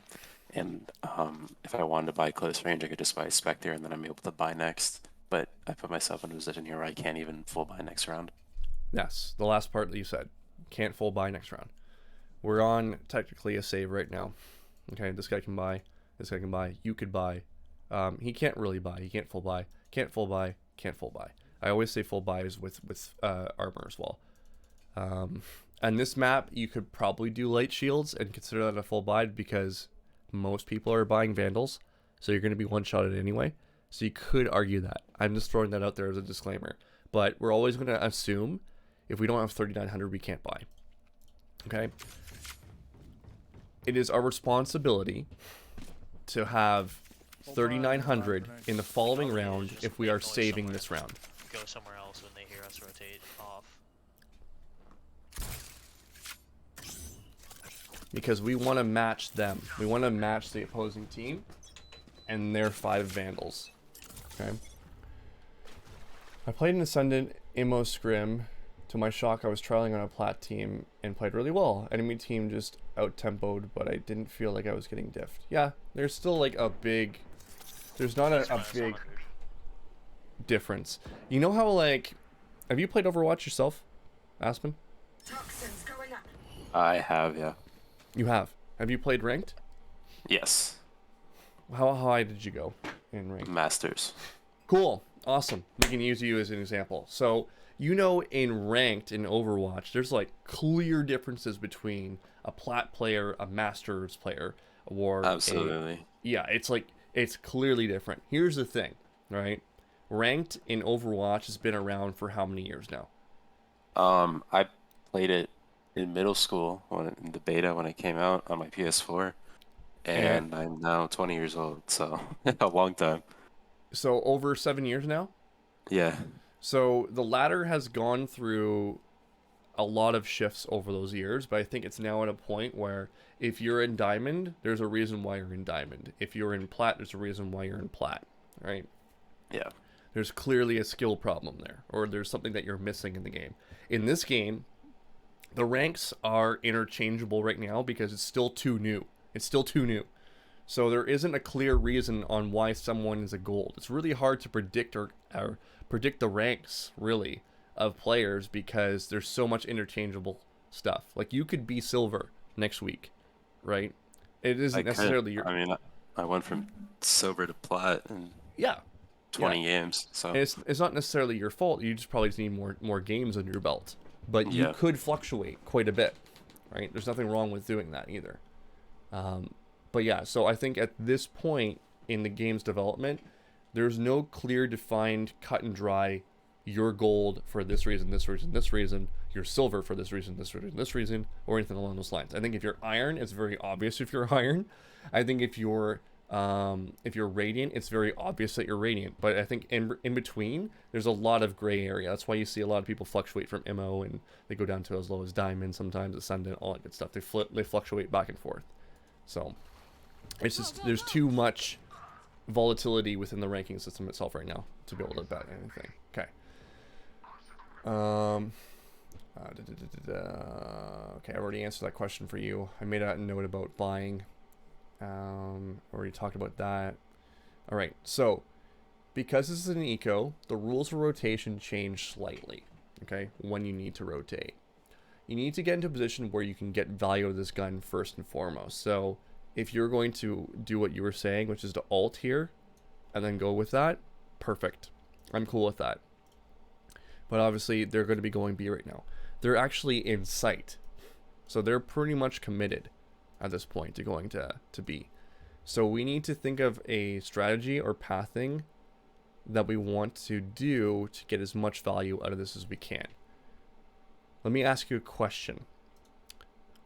What do we have to worry about this round? They've got silver for post plant, Viper ult. They have Sky ult as well, but at this point, I don't. They might ult, but they have a bunch of util and ults left. I don't think they're going to Sky ult. I don't think there's any need to do that. Probably I think not. If they're going to Sky ult, they typically Sky ult is really good ult against ecos in determining if there's going to be a stack on a bomb site. So an early round Sky ult is actually really, really good. Okay, because you can use that to figure out how many people are going to be on B before they go in there.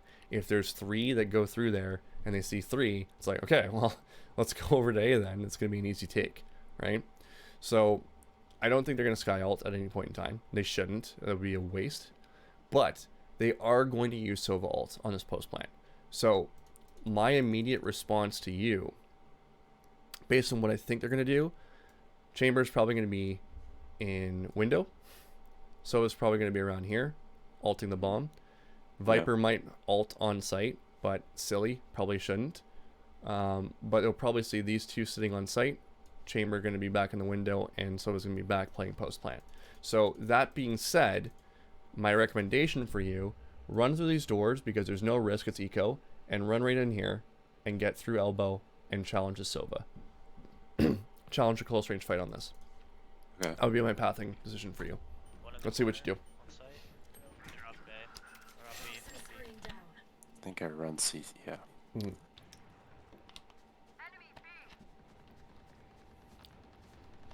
Okay, you're not going to end up winning this fight, but it's always good to build good habits. Every round can be used to learn something or to practice something. Player standing. So I want you to watch where your crosshair placement is here. Spike It's good. It's good. plant. I don't think, I mean, chat can confirm for me, but I don't think enemies can come from here, right? Anyone in chat? No? No, No. you're right. Their Okay. heads only show up off to the right. No, I mean like actually coming through this big fucking wall. Oh yeah, no. There's only a bridge up on the left. Yeah, yeah. So they can't come through the wall, and this is a new character that can go through walls that I don't know about. More so than anything, I think it went over your head. Crosshair placement's a little bit off, right? So if we look at this, your first crosshair placement's good, and now I would probably hug this wall, so this wall, and just come around the corner and clear out everything. Gotcha. Okay. Or commit to someone being here and then coming out and swinging on that angle on elbow. Okay? Okay. You're probably not going to win that fight because you have a classic and it's going to be against the Vandal. Right? But Spike planted. it's still good to work on those core concepts. So with minus Okay. 50. Out of curiosity. I do get an exit here. I think. Last player I think I get one. Chamber's clearly plat. I just want to see where Chamber was going to be. Okay? standing. I was right about it. Spike planted. So with minus 50.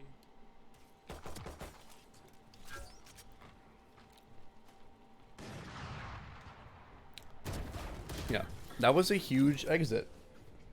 It was a huge exit. Any kind of frag you can get on eco is a good bonus for you, so you should always be happy about that. So you're gonna end up committing to this buy again, but you can see how this would affect everyone else's buy around you, right? If you're Yeah. buying this. Yep. So I think you I want to. asked Soba to switch there. By the way, I don't know if that's. I figured you're going to because you wanted to alt front of B, like alt Yeah. in here, and then just play in your alt, which I was totally cool with. Or you going A and doing the same thing. Either one was fine.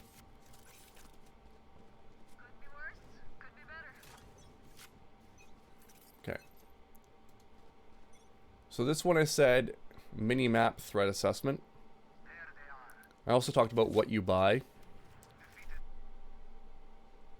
Here's the example I was talking about. Is this area safe?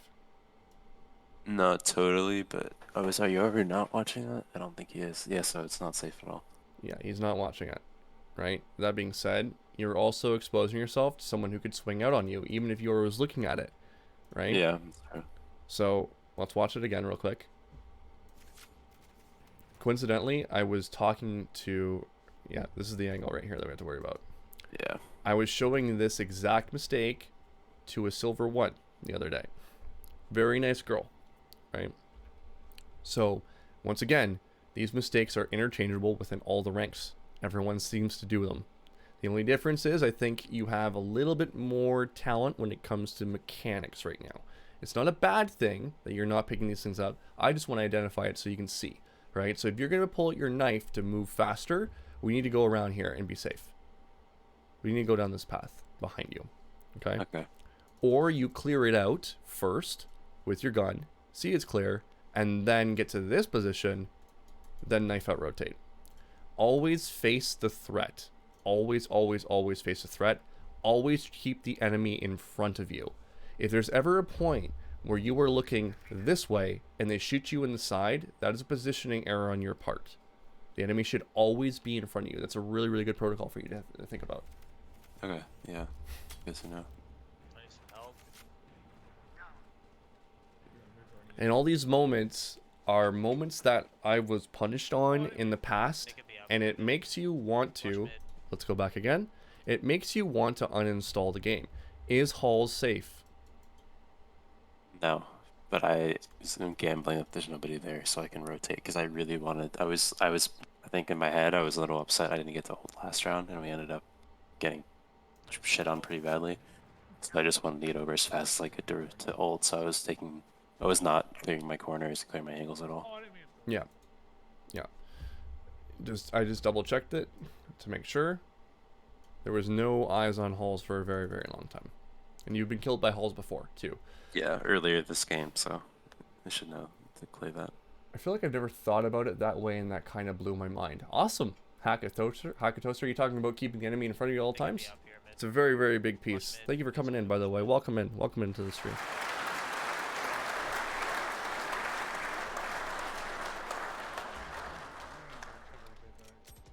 Oh yeah, mid doors. He's right at it already. Gold Lobby Valorant TikTok. I'll have to look at that afterwards. Oh, that's a clip from today, I think. Okay. Anyways, all right. So, yeah, those are all the points that I had to make there. The threat assessment and all those things. Very important. I've got your trail. And I don't know if you were aware that was coming at you, because you switched Bro, I don't know where utility. I am, Yeah. I guess I just wasn't worried about it until it came through. wait, Spike down B. Oh, sorry. Tiger Valid says, could you answer my question about saving 3,900 credits when you have the turning time? Where is the question? Where's the question? It was since some people have expensive kits, if 3,900's the number, or should you be striving more for like 4,700 if you have someone with expensive util? Here, okay, so you always, the rule basically is, Tiger, is that 3,900, and this is a general, like, overview, right? The general rule is that if your team is buying, you need to buy with them, right? So to buy with them requires 3,900 as a baseline, okay? So if we're going to paint a big, broad spectrum, we're looking for 3,900. If you have a Sova that needs to get a drone and it costs $400, you need to equate that into the picture as well, for sure, if you feel you need to have that drone. But Sova can still get away with not having a drone and buying with the team with 3,900. So you minimum must have 3,900. That is your prerogative. That is your integrity and your responsibility to the team. If they are saving that round, you must have 3,900. That's the most important thing. Okay. I would definitely say if your strats, because I know you play on a team, if your strats require a drone, you need to factor that in as well. One enemy remaining.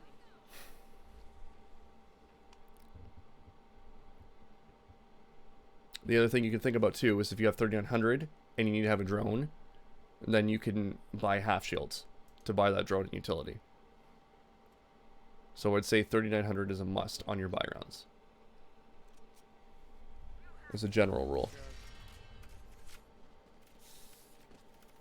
Gun here. If I'm going to make a blanket answer. Thanks for the help there, by the way. No problem. Okay. I didn't make a note on this one. Well, it's also not terrible to buy light shields. No. Yes, it's okay. So we kind of talked about it. Yeah, Chroma, I did. We kind of talked about it earlier too. And Ye made a really good point that Most people are buying Vandals right now, so it doesn't really matter.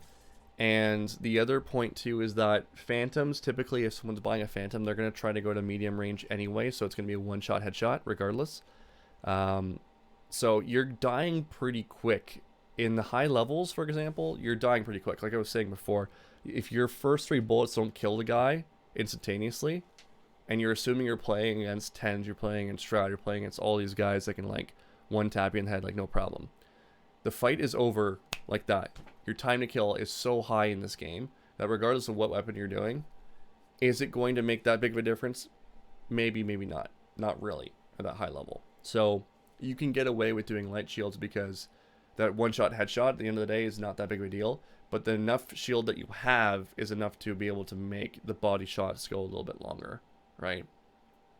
I would say at these ranks, you're probably better off buying that full shield because people are going to be whiffing a ton more. So if you can get 4 or 5 shots that you survive, that's far more beneficial, right?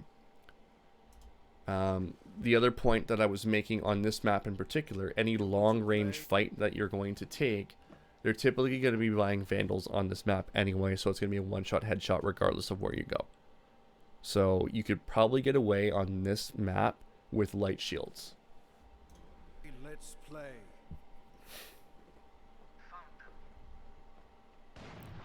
Okay. In this round, I remember making a note of it. Oh wait, it is here. Okay. So we're talking about using your ult. And I would say your best use of this ult is to run up to the entrance and use it right away. And just have it on this area here. Okay. Okay, and the reason being is that they're going to have to not only go through your ult, but also run through a choke. Now, if you do that, it makes your Neon's life way easier because you're going to be in your ult here, and you'll have this completely area controlled and under lock, basically. So he never has to worry about someone coming from cave to shoot him in the side. He can now direct his vision towards double doors without any pressure from cave. Okay? Let's play. I think you're deciding in your own head, I'm going to ult on site when they come onto site and try to catch them that way. Yeah. But look at how frantic your Neon is right now. I'm going to look here because you're not doing anything. And then he gets into trouble, right? Yeah. Another thing too is God damn it. I didn't want to place my ult down right away because the chamber ulted, but I wasn't looking at my minimap, and so I would have known he was halls and not watching long. Regardless, It's I mean it's still the play to put it at main at the choke point. yes, But that's right off why the I hop. didn't pop it. That's why I didn't pop it sooner. The timing it takes for chamber to get through this barrier to go here and to shoot you, you've already got the ult down, and you can just be on the side when you're doing that as well. I make sure to buy full shields against ecos. Yeah, I think that's another example. You want to buy full shields against ecos. Don't give them an opportunity to kill you easily, right? I think there's very good situations where you need to have the full shield, and there's instances where you could have half shields.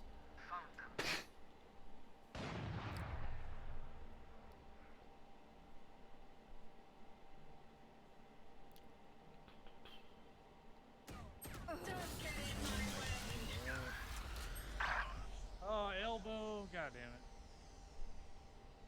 Toxins going up. Blind. I thought I was so clever for this. Yeah, that was pretty cool. I think at this point you've kind of already lost the round. Yeah, no, definitely. So I didn't think there would be 2 there. I thought I would just get the pick on the Sova. I think Sky was there too, or Chamber, I forgot. Yeah. I would say for the most part, it's not completely your fault you lost this round, but you definitely set the tone to lose the round because you didn't ult at the hop there, right? Just control that choke point. This is something that my teams will do all the time, the ones that I'm coaching. They'll just go ahead and just take that one section of the map and say, you can't go here. If you go here, you're going to get punished, right? I think, I was going to say, I think the better buy here, I think I made a comment. I didn't make a comment on this one. I can't remember what you can and can't afford. Let's see. You might want to go Bulldog armor here, I think.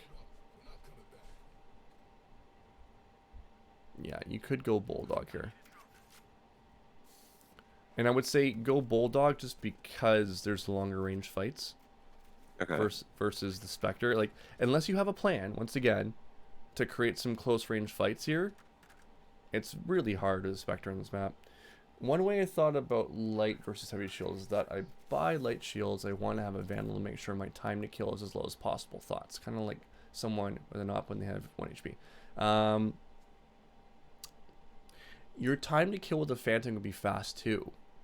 Depends on where you're standing, right? The Phantom is like the Spectre in this respect, right? You want the Spectre to be close range. If you're playing against a Vandal, you want to be close range on the Vandal, ideally, in a perfect world, right? So your time to kill with the Phantom can be very, very quick as well. Not to say that you can't be quick with the Vandal or you can't be quick with the Phantom. I think they're both equally can be quick. So it just depends on how you play it and what you prefer to do. So back in beta, I always prefer to take a medium / close range fight. Like I wanted to get in people's faces. So naturally the Phantom made more sense for me. At close range, it's a one-shot headshot regardless, right? Okay, here's another perspective here, right? If you're playing against an eco, we don't need to buy an op because we're already going to one-tap them, right? We're already one-tapping them even with Phantoms. They shouldn't be buying armor most cases unless they're hero armoring, but you don't need to buy an op. You don't need to one-shot them. You're already one-shotting them, generally. there are such a disadvantage. You don't need to have that op at that point. Same idea. I can place my ult in one area one round, then place it pixel off the same spot. No, this is completely new. Oh, okay, you're talking about Viper ults. That's something that you just need to go into a custom map and just practice yourself.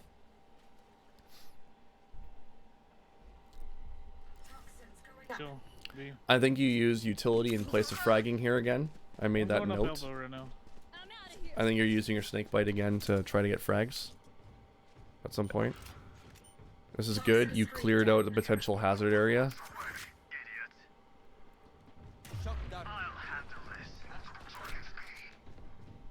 Cross replacement's better there. Oh, yep, it happened again. If we go back again, we draw the line.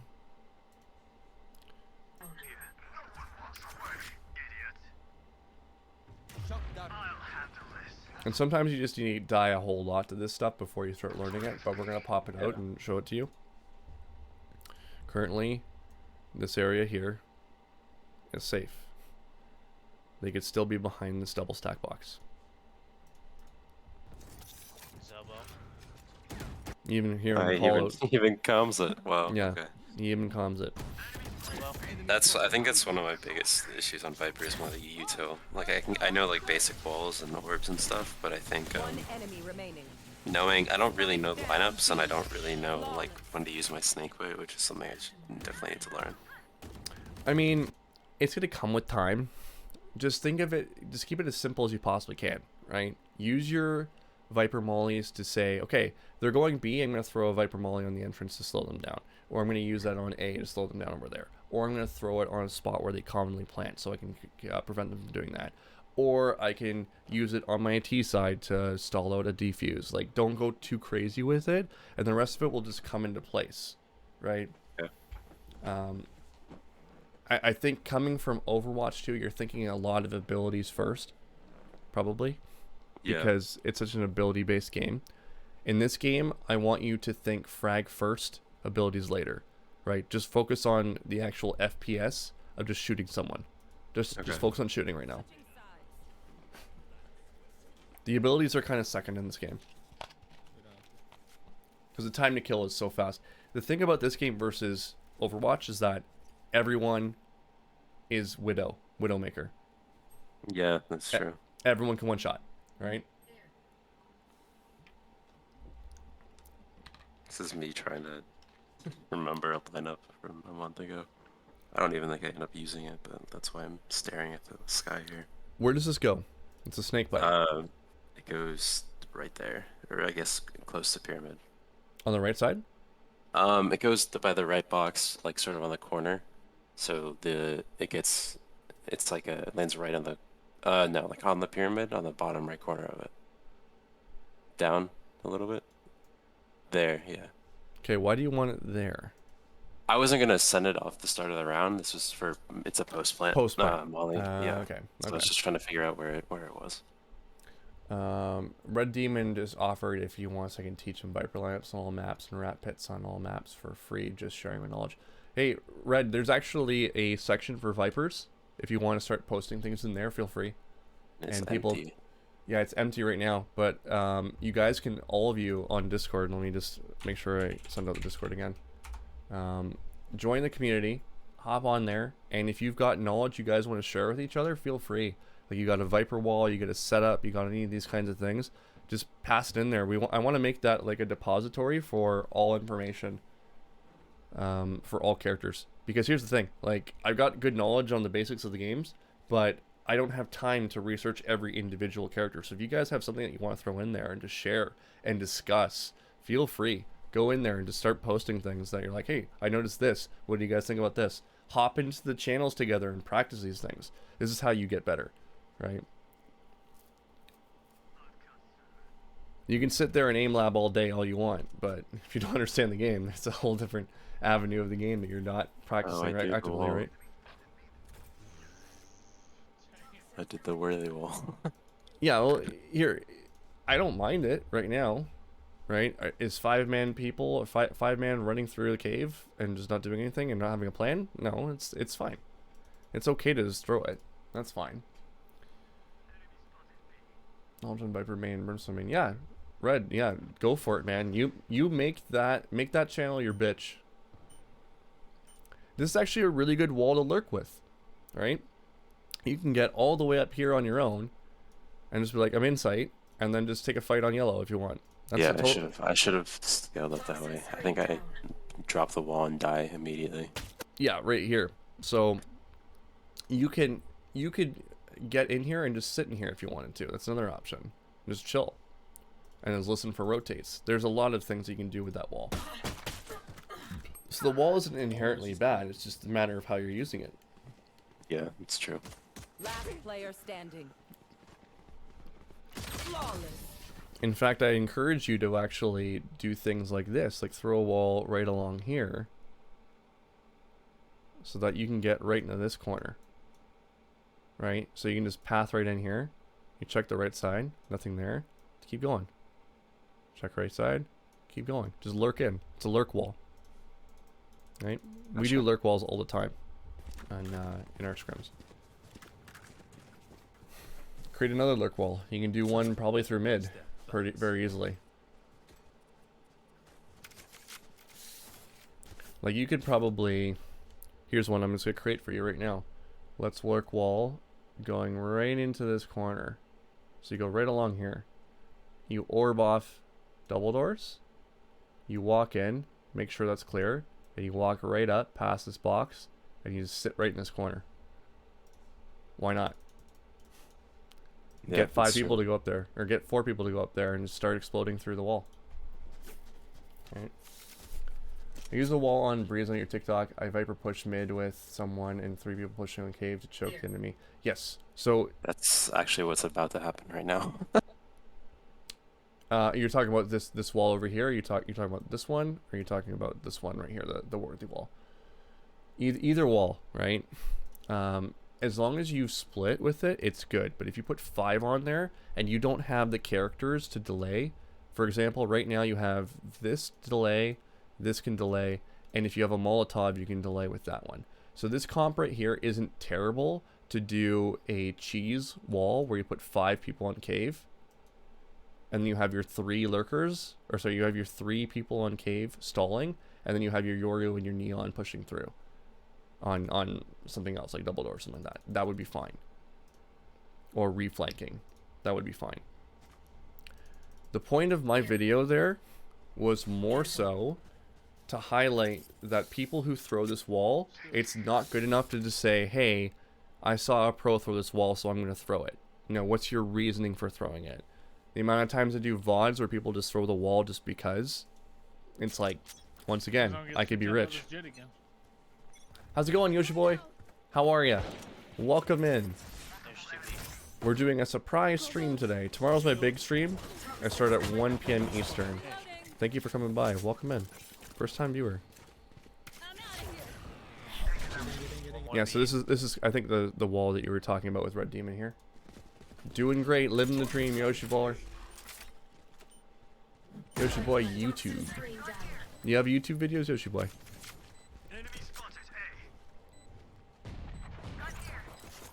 So I'm gonna nitpick here. We don't need to do this. In fact, you have enough utility that you could probably just play back here and just stall the bomb out if you wanted to. It works.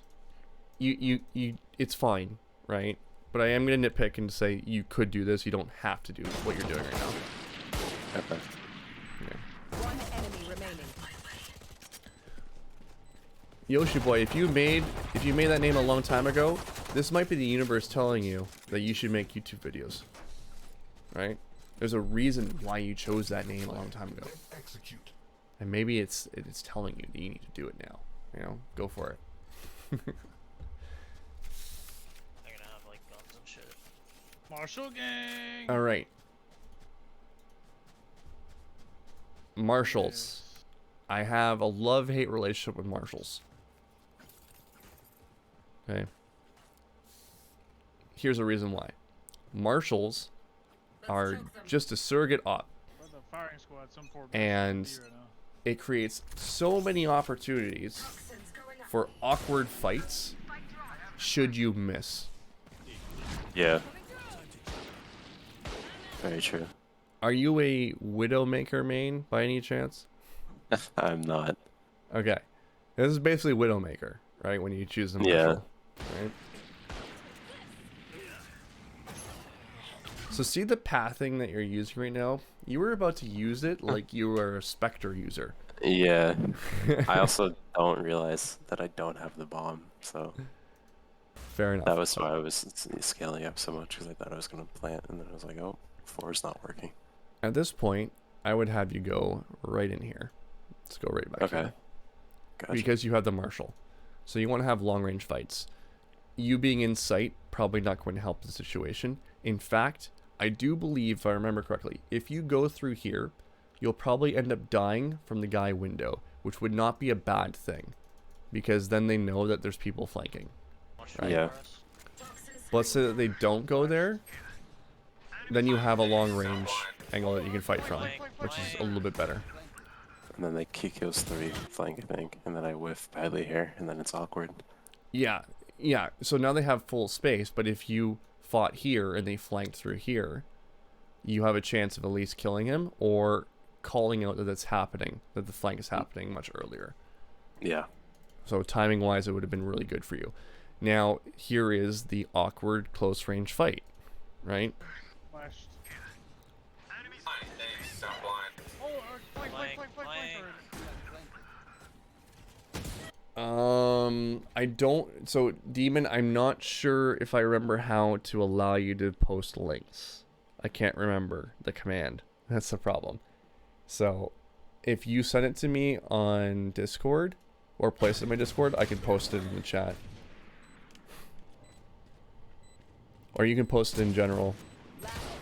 Or on the Viper Bro, how are we losing section. So yeah, Marshall gets a little bit awkward. Pushing this up. Let's see what your money was, so we can figure out. Oh, I'm gonna go back. Okay. Everyone here can full buy. We just won. And they were on a shit buy, or they were on an anti-eco, and we won that. So it's actually the same situation as before. Yeah, I it's think lit- we're just bonusing. We should have just bought. They're gonna have like Yeah, we could just buy here, I think. Yep. So, can't buy, can't buy, can't buy, can't buy, can't buy. So, we could just buy here. Because worst case scenario, they half buy. And if they half buy and we full buy and we win, then they're really screwed. They're going to lose 2 rounds on that. Alright. Permit. Okay, awesome. Permit. Red. There we go. Okay. Wait. You will not get timed out. There you go. Go ahead. Red Demon, you're good to go. You're good to go to share it on here. Thank you for that. Okay, yeah. So I think this is the same issue that you had. And it's a tricky time. It's a tricky time. I'll give it to you. It's a tricky time to commit to a buy after you've won an anti-eco. Let's choke them. But I think for the future, you getting a Vandal here is not a bad thing. Even if you go Vandal half armor. Blind while I'm pushing this over, man. Because that's 2 times we've lost the anti-eco. This is literally the same situation as you had on your pistol. Or Yeah. your defense. I don't care if there are 5 of them or 50 of them. Let's go.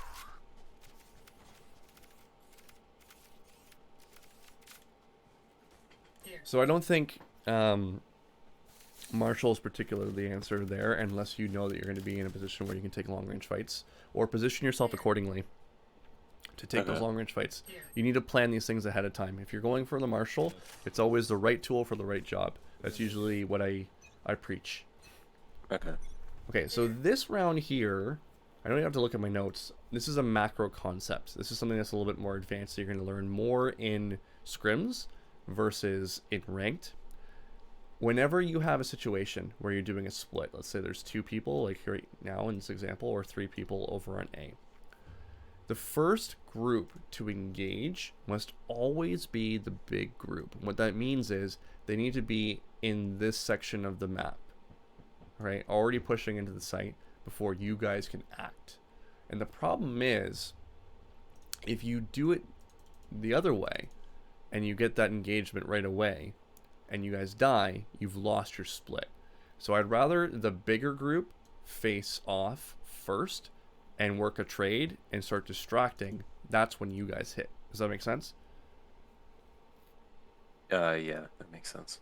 Okay, so once again, just quickly, 3 people are at cave, 2 people are over here on mid. Let's have the 3 people attack first, and then after they've attacked and they've drawn attention to them, that's when you guys move. Watch what happens here. Toxins going up.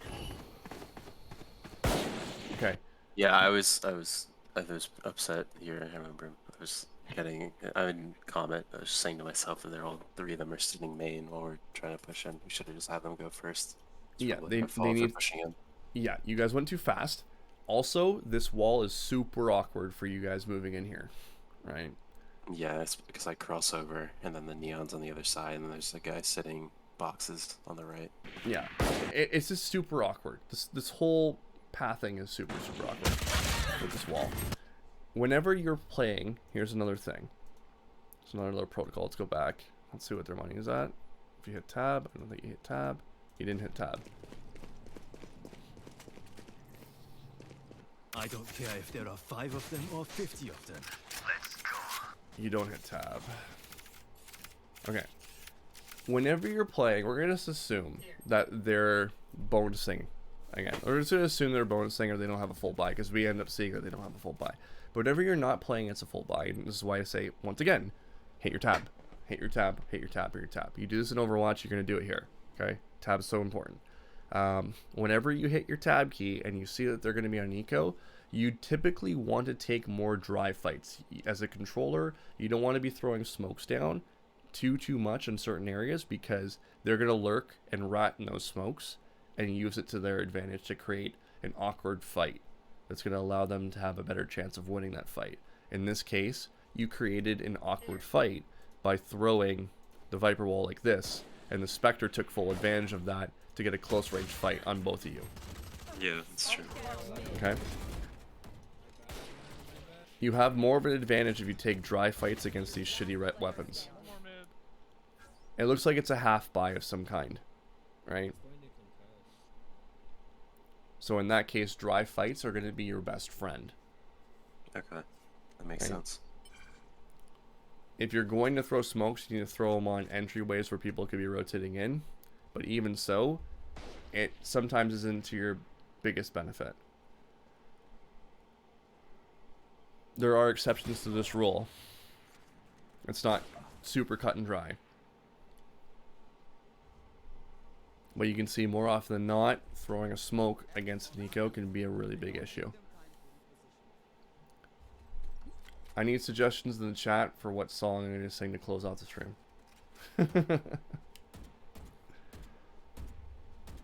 In fact, Aspen, if you have one, I'll take your suggestion. Nothing trolly.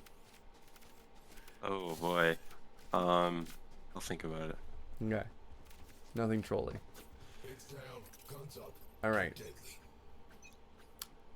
This round, we talk about overheating here. I say in this round, this is actually an okay hero buy that you do. I think it's a hero buy. Let's go back. Yeah, this is an okay time to hero buy. Because you're gonna have 4100 next round. Yeah, so I like your buy here. This is good. And they're on a full buy. I think we find out in a few seconds here. Yeah, they're on a full buy. So just remembering that.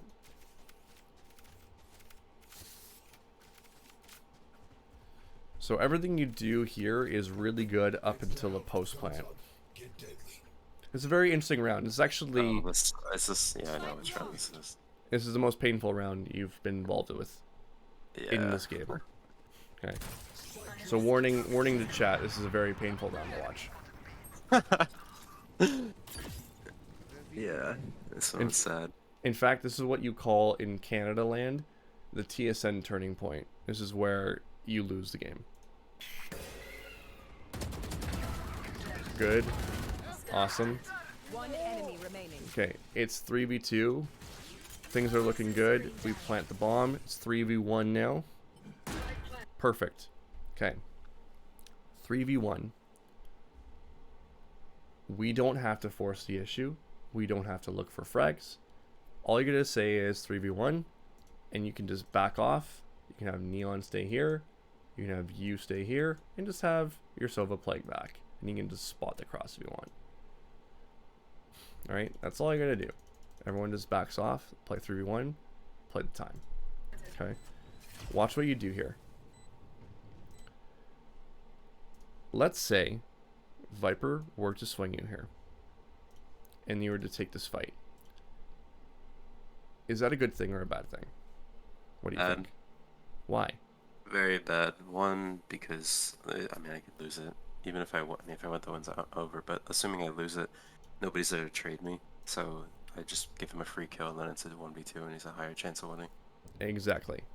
Exactly. And he could also rotate back elbow, so they don't even know where he's going to push from. Exactly. We do not need to look for 1v1s. This coincides with the TikTok I posted today.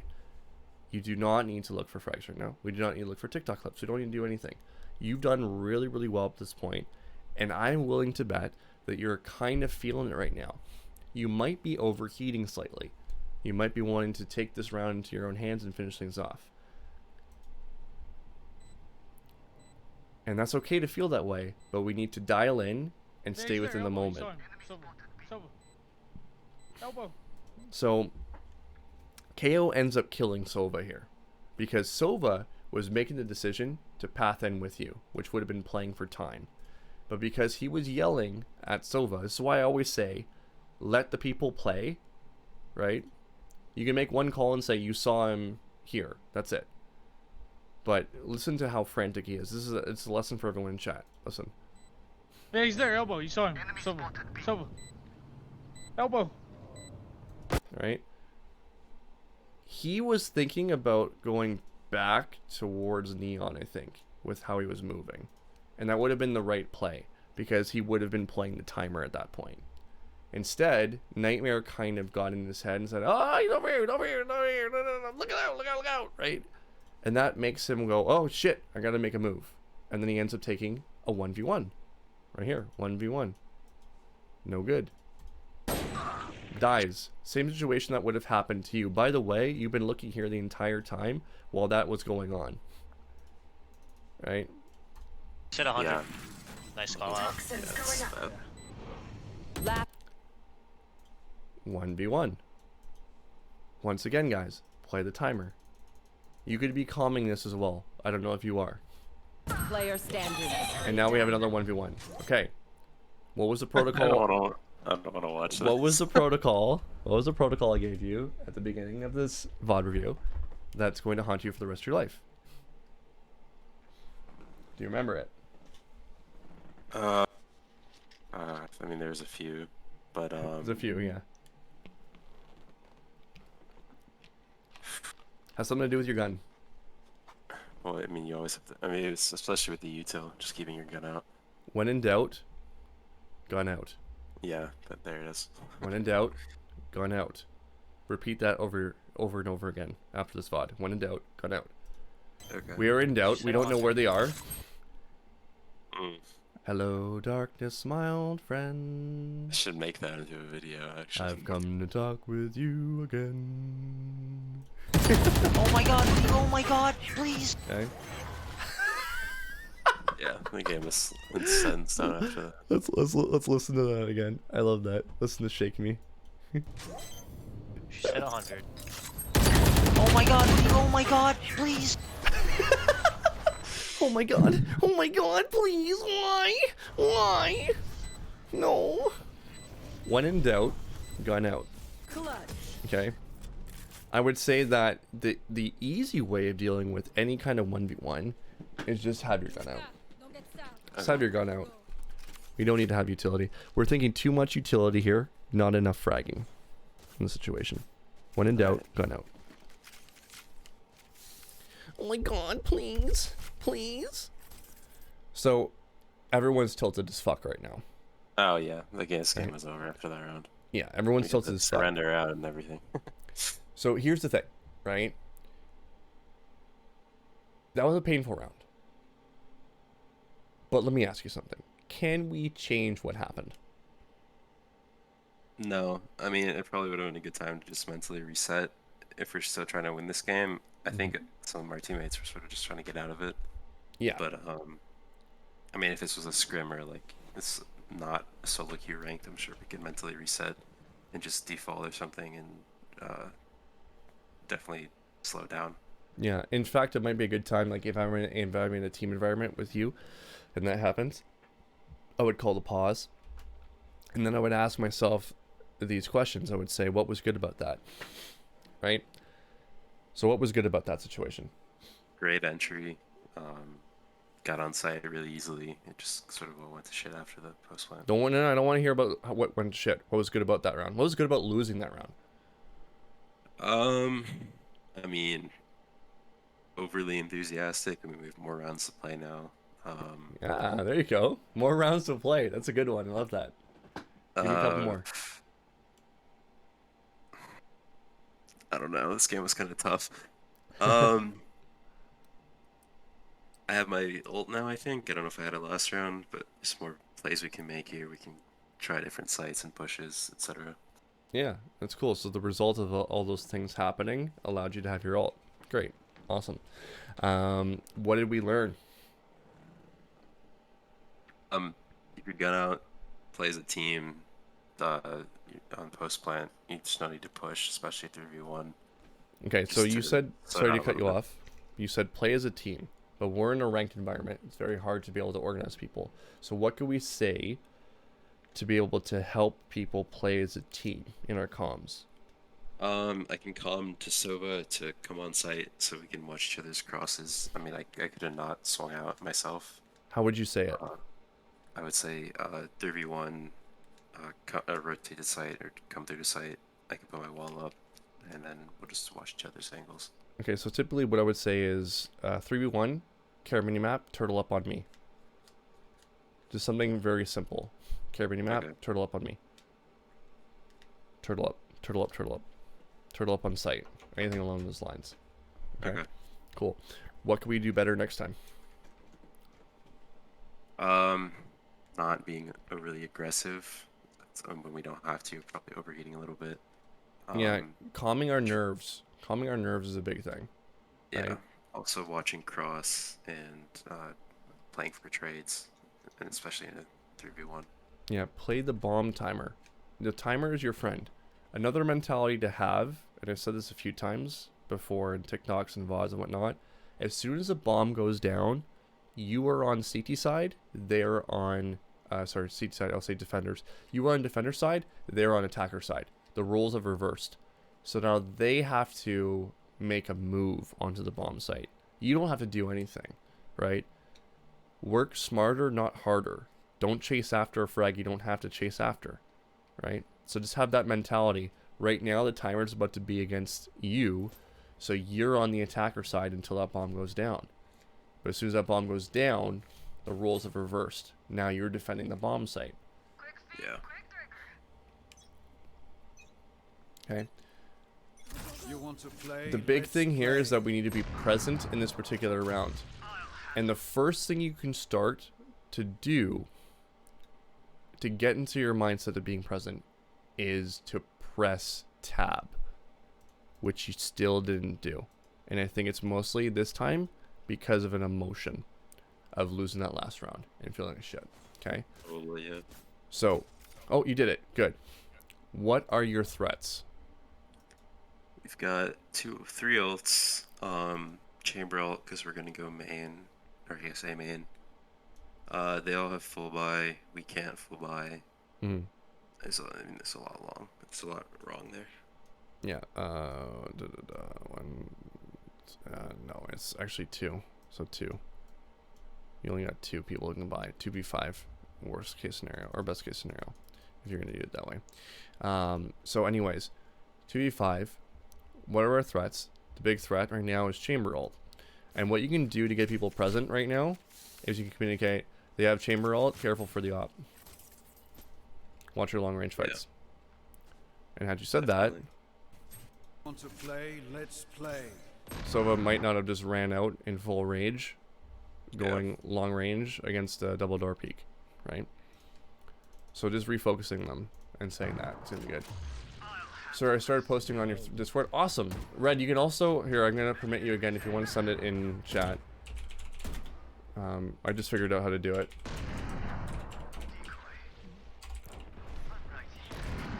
I appreciate you posting on Discord.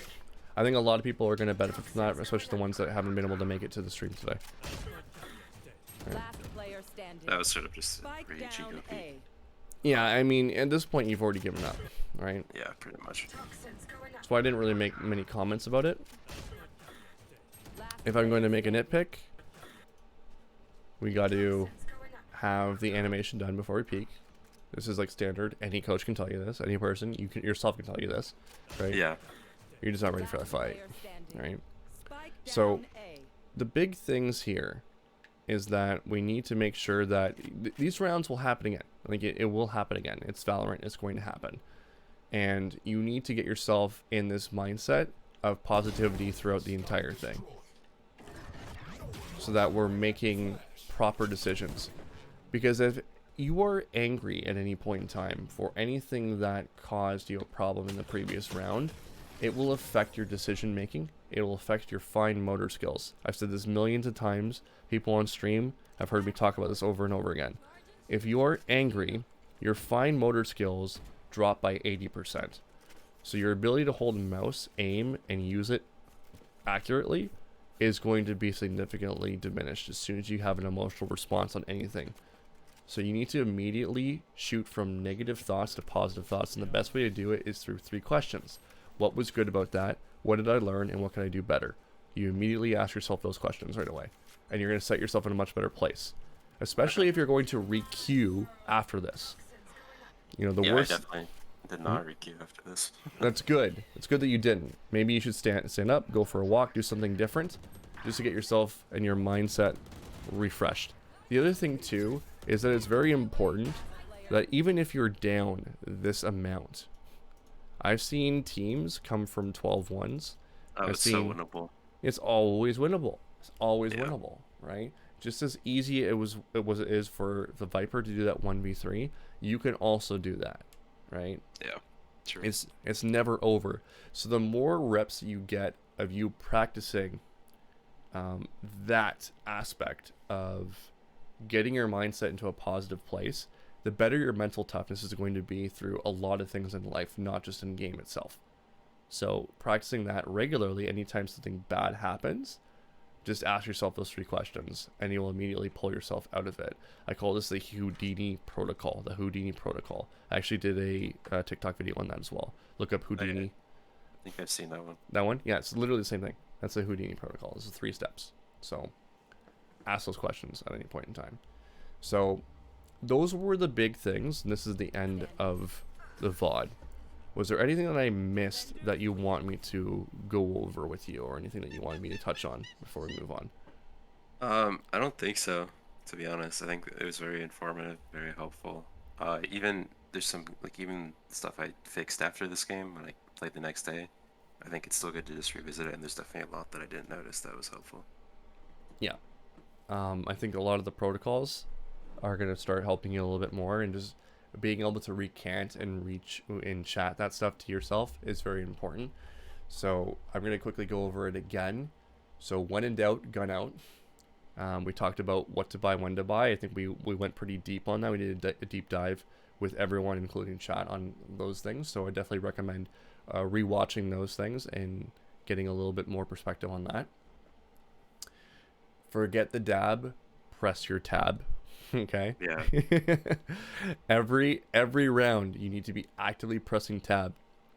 In Overwatch, it's a necessity because you need to see where their ults are at, all that good stuff, and know what you're going to be coming into, what your threats are. Are they switching characters?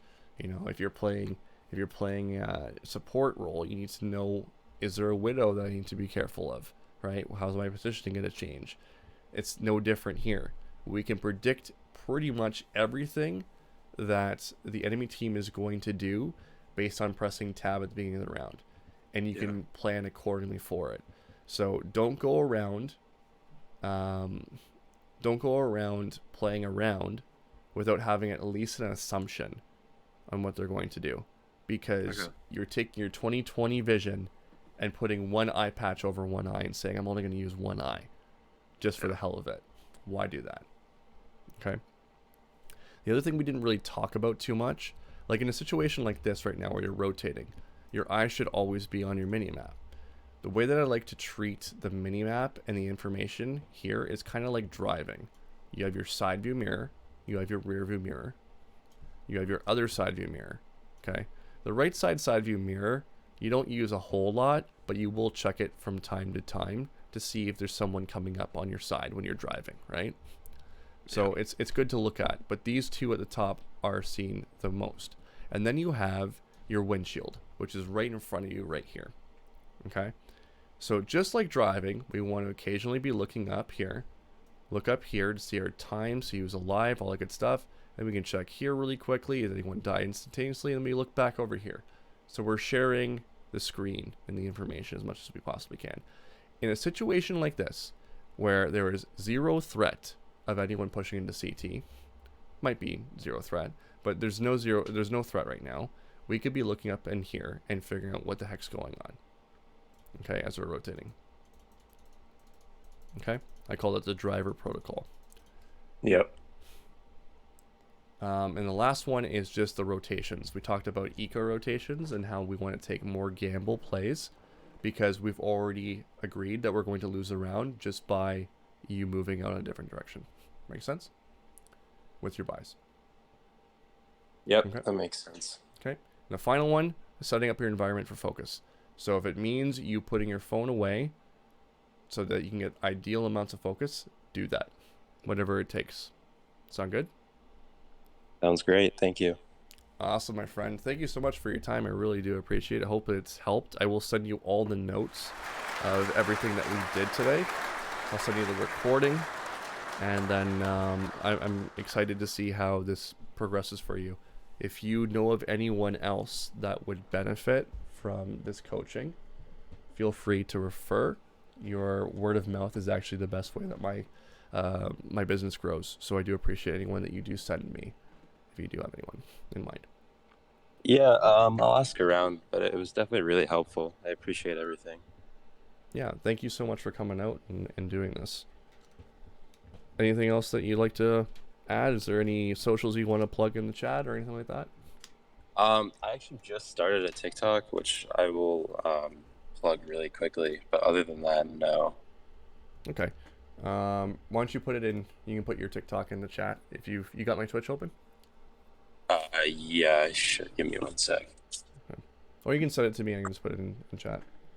Yeah, let me do that.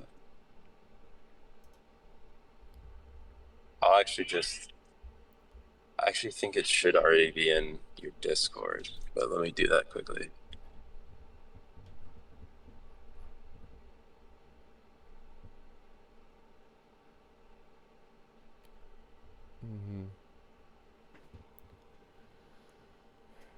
No problem, Red Demon.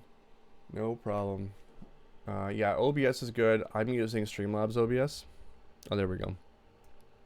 I'll post this TikTok in there so everyone can go in and see.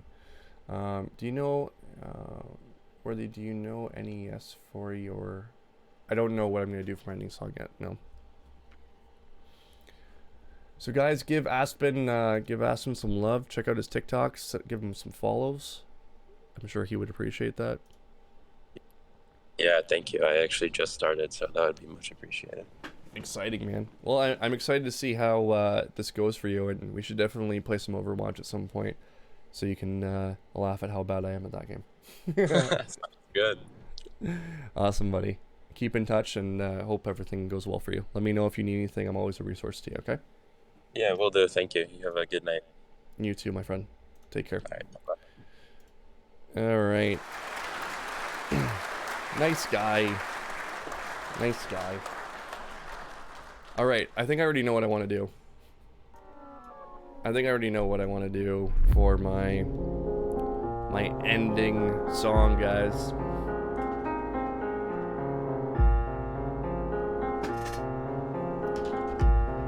Okay. This is not the ending song, by the way.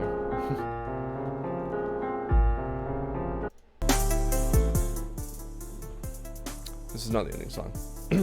I have run out of water, so give me 2 seconds, guys. I'll be right back. So I grab a little bit of water. It's gonna be a Green Day song. It's gonna be Boulevard of Broken Dreams. So just give me 2 seconds to fill up my water, and then we'll finish off.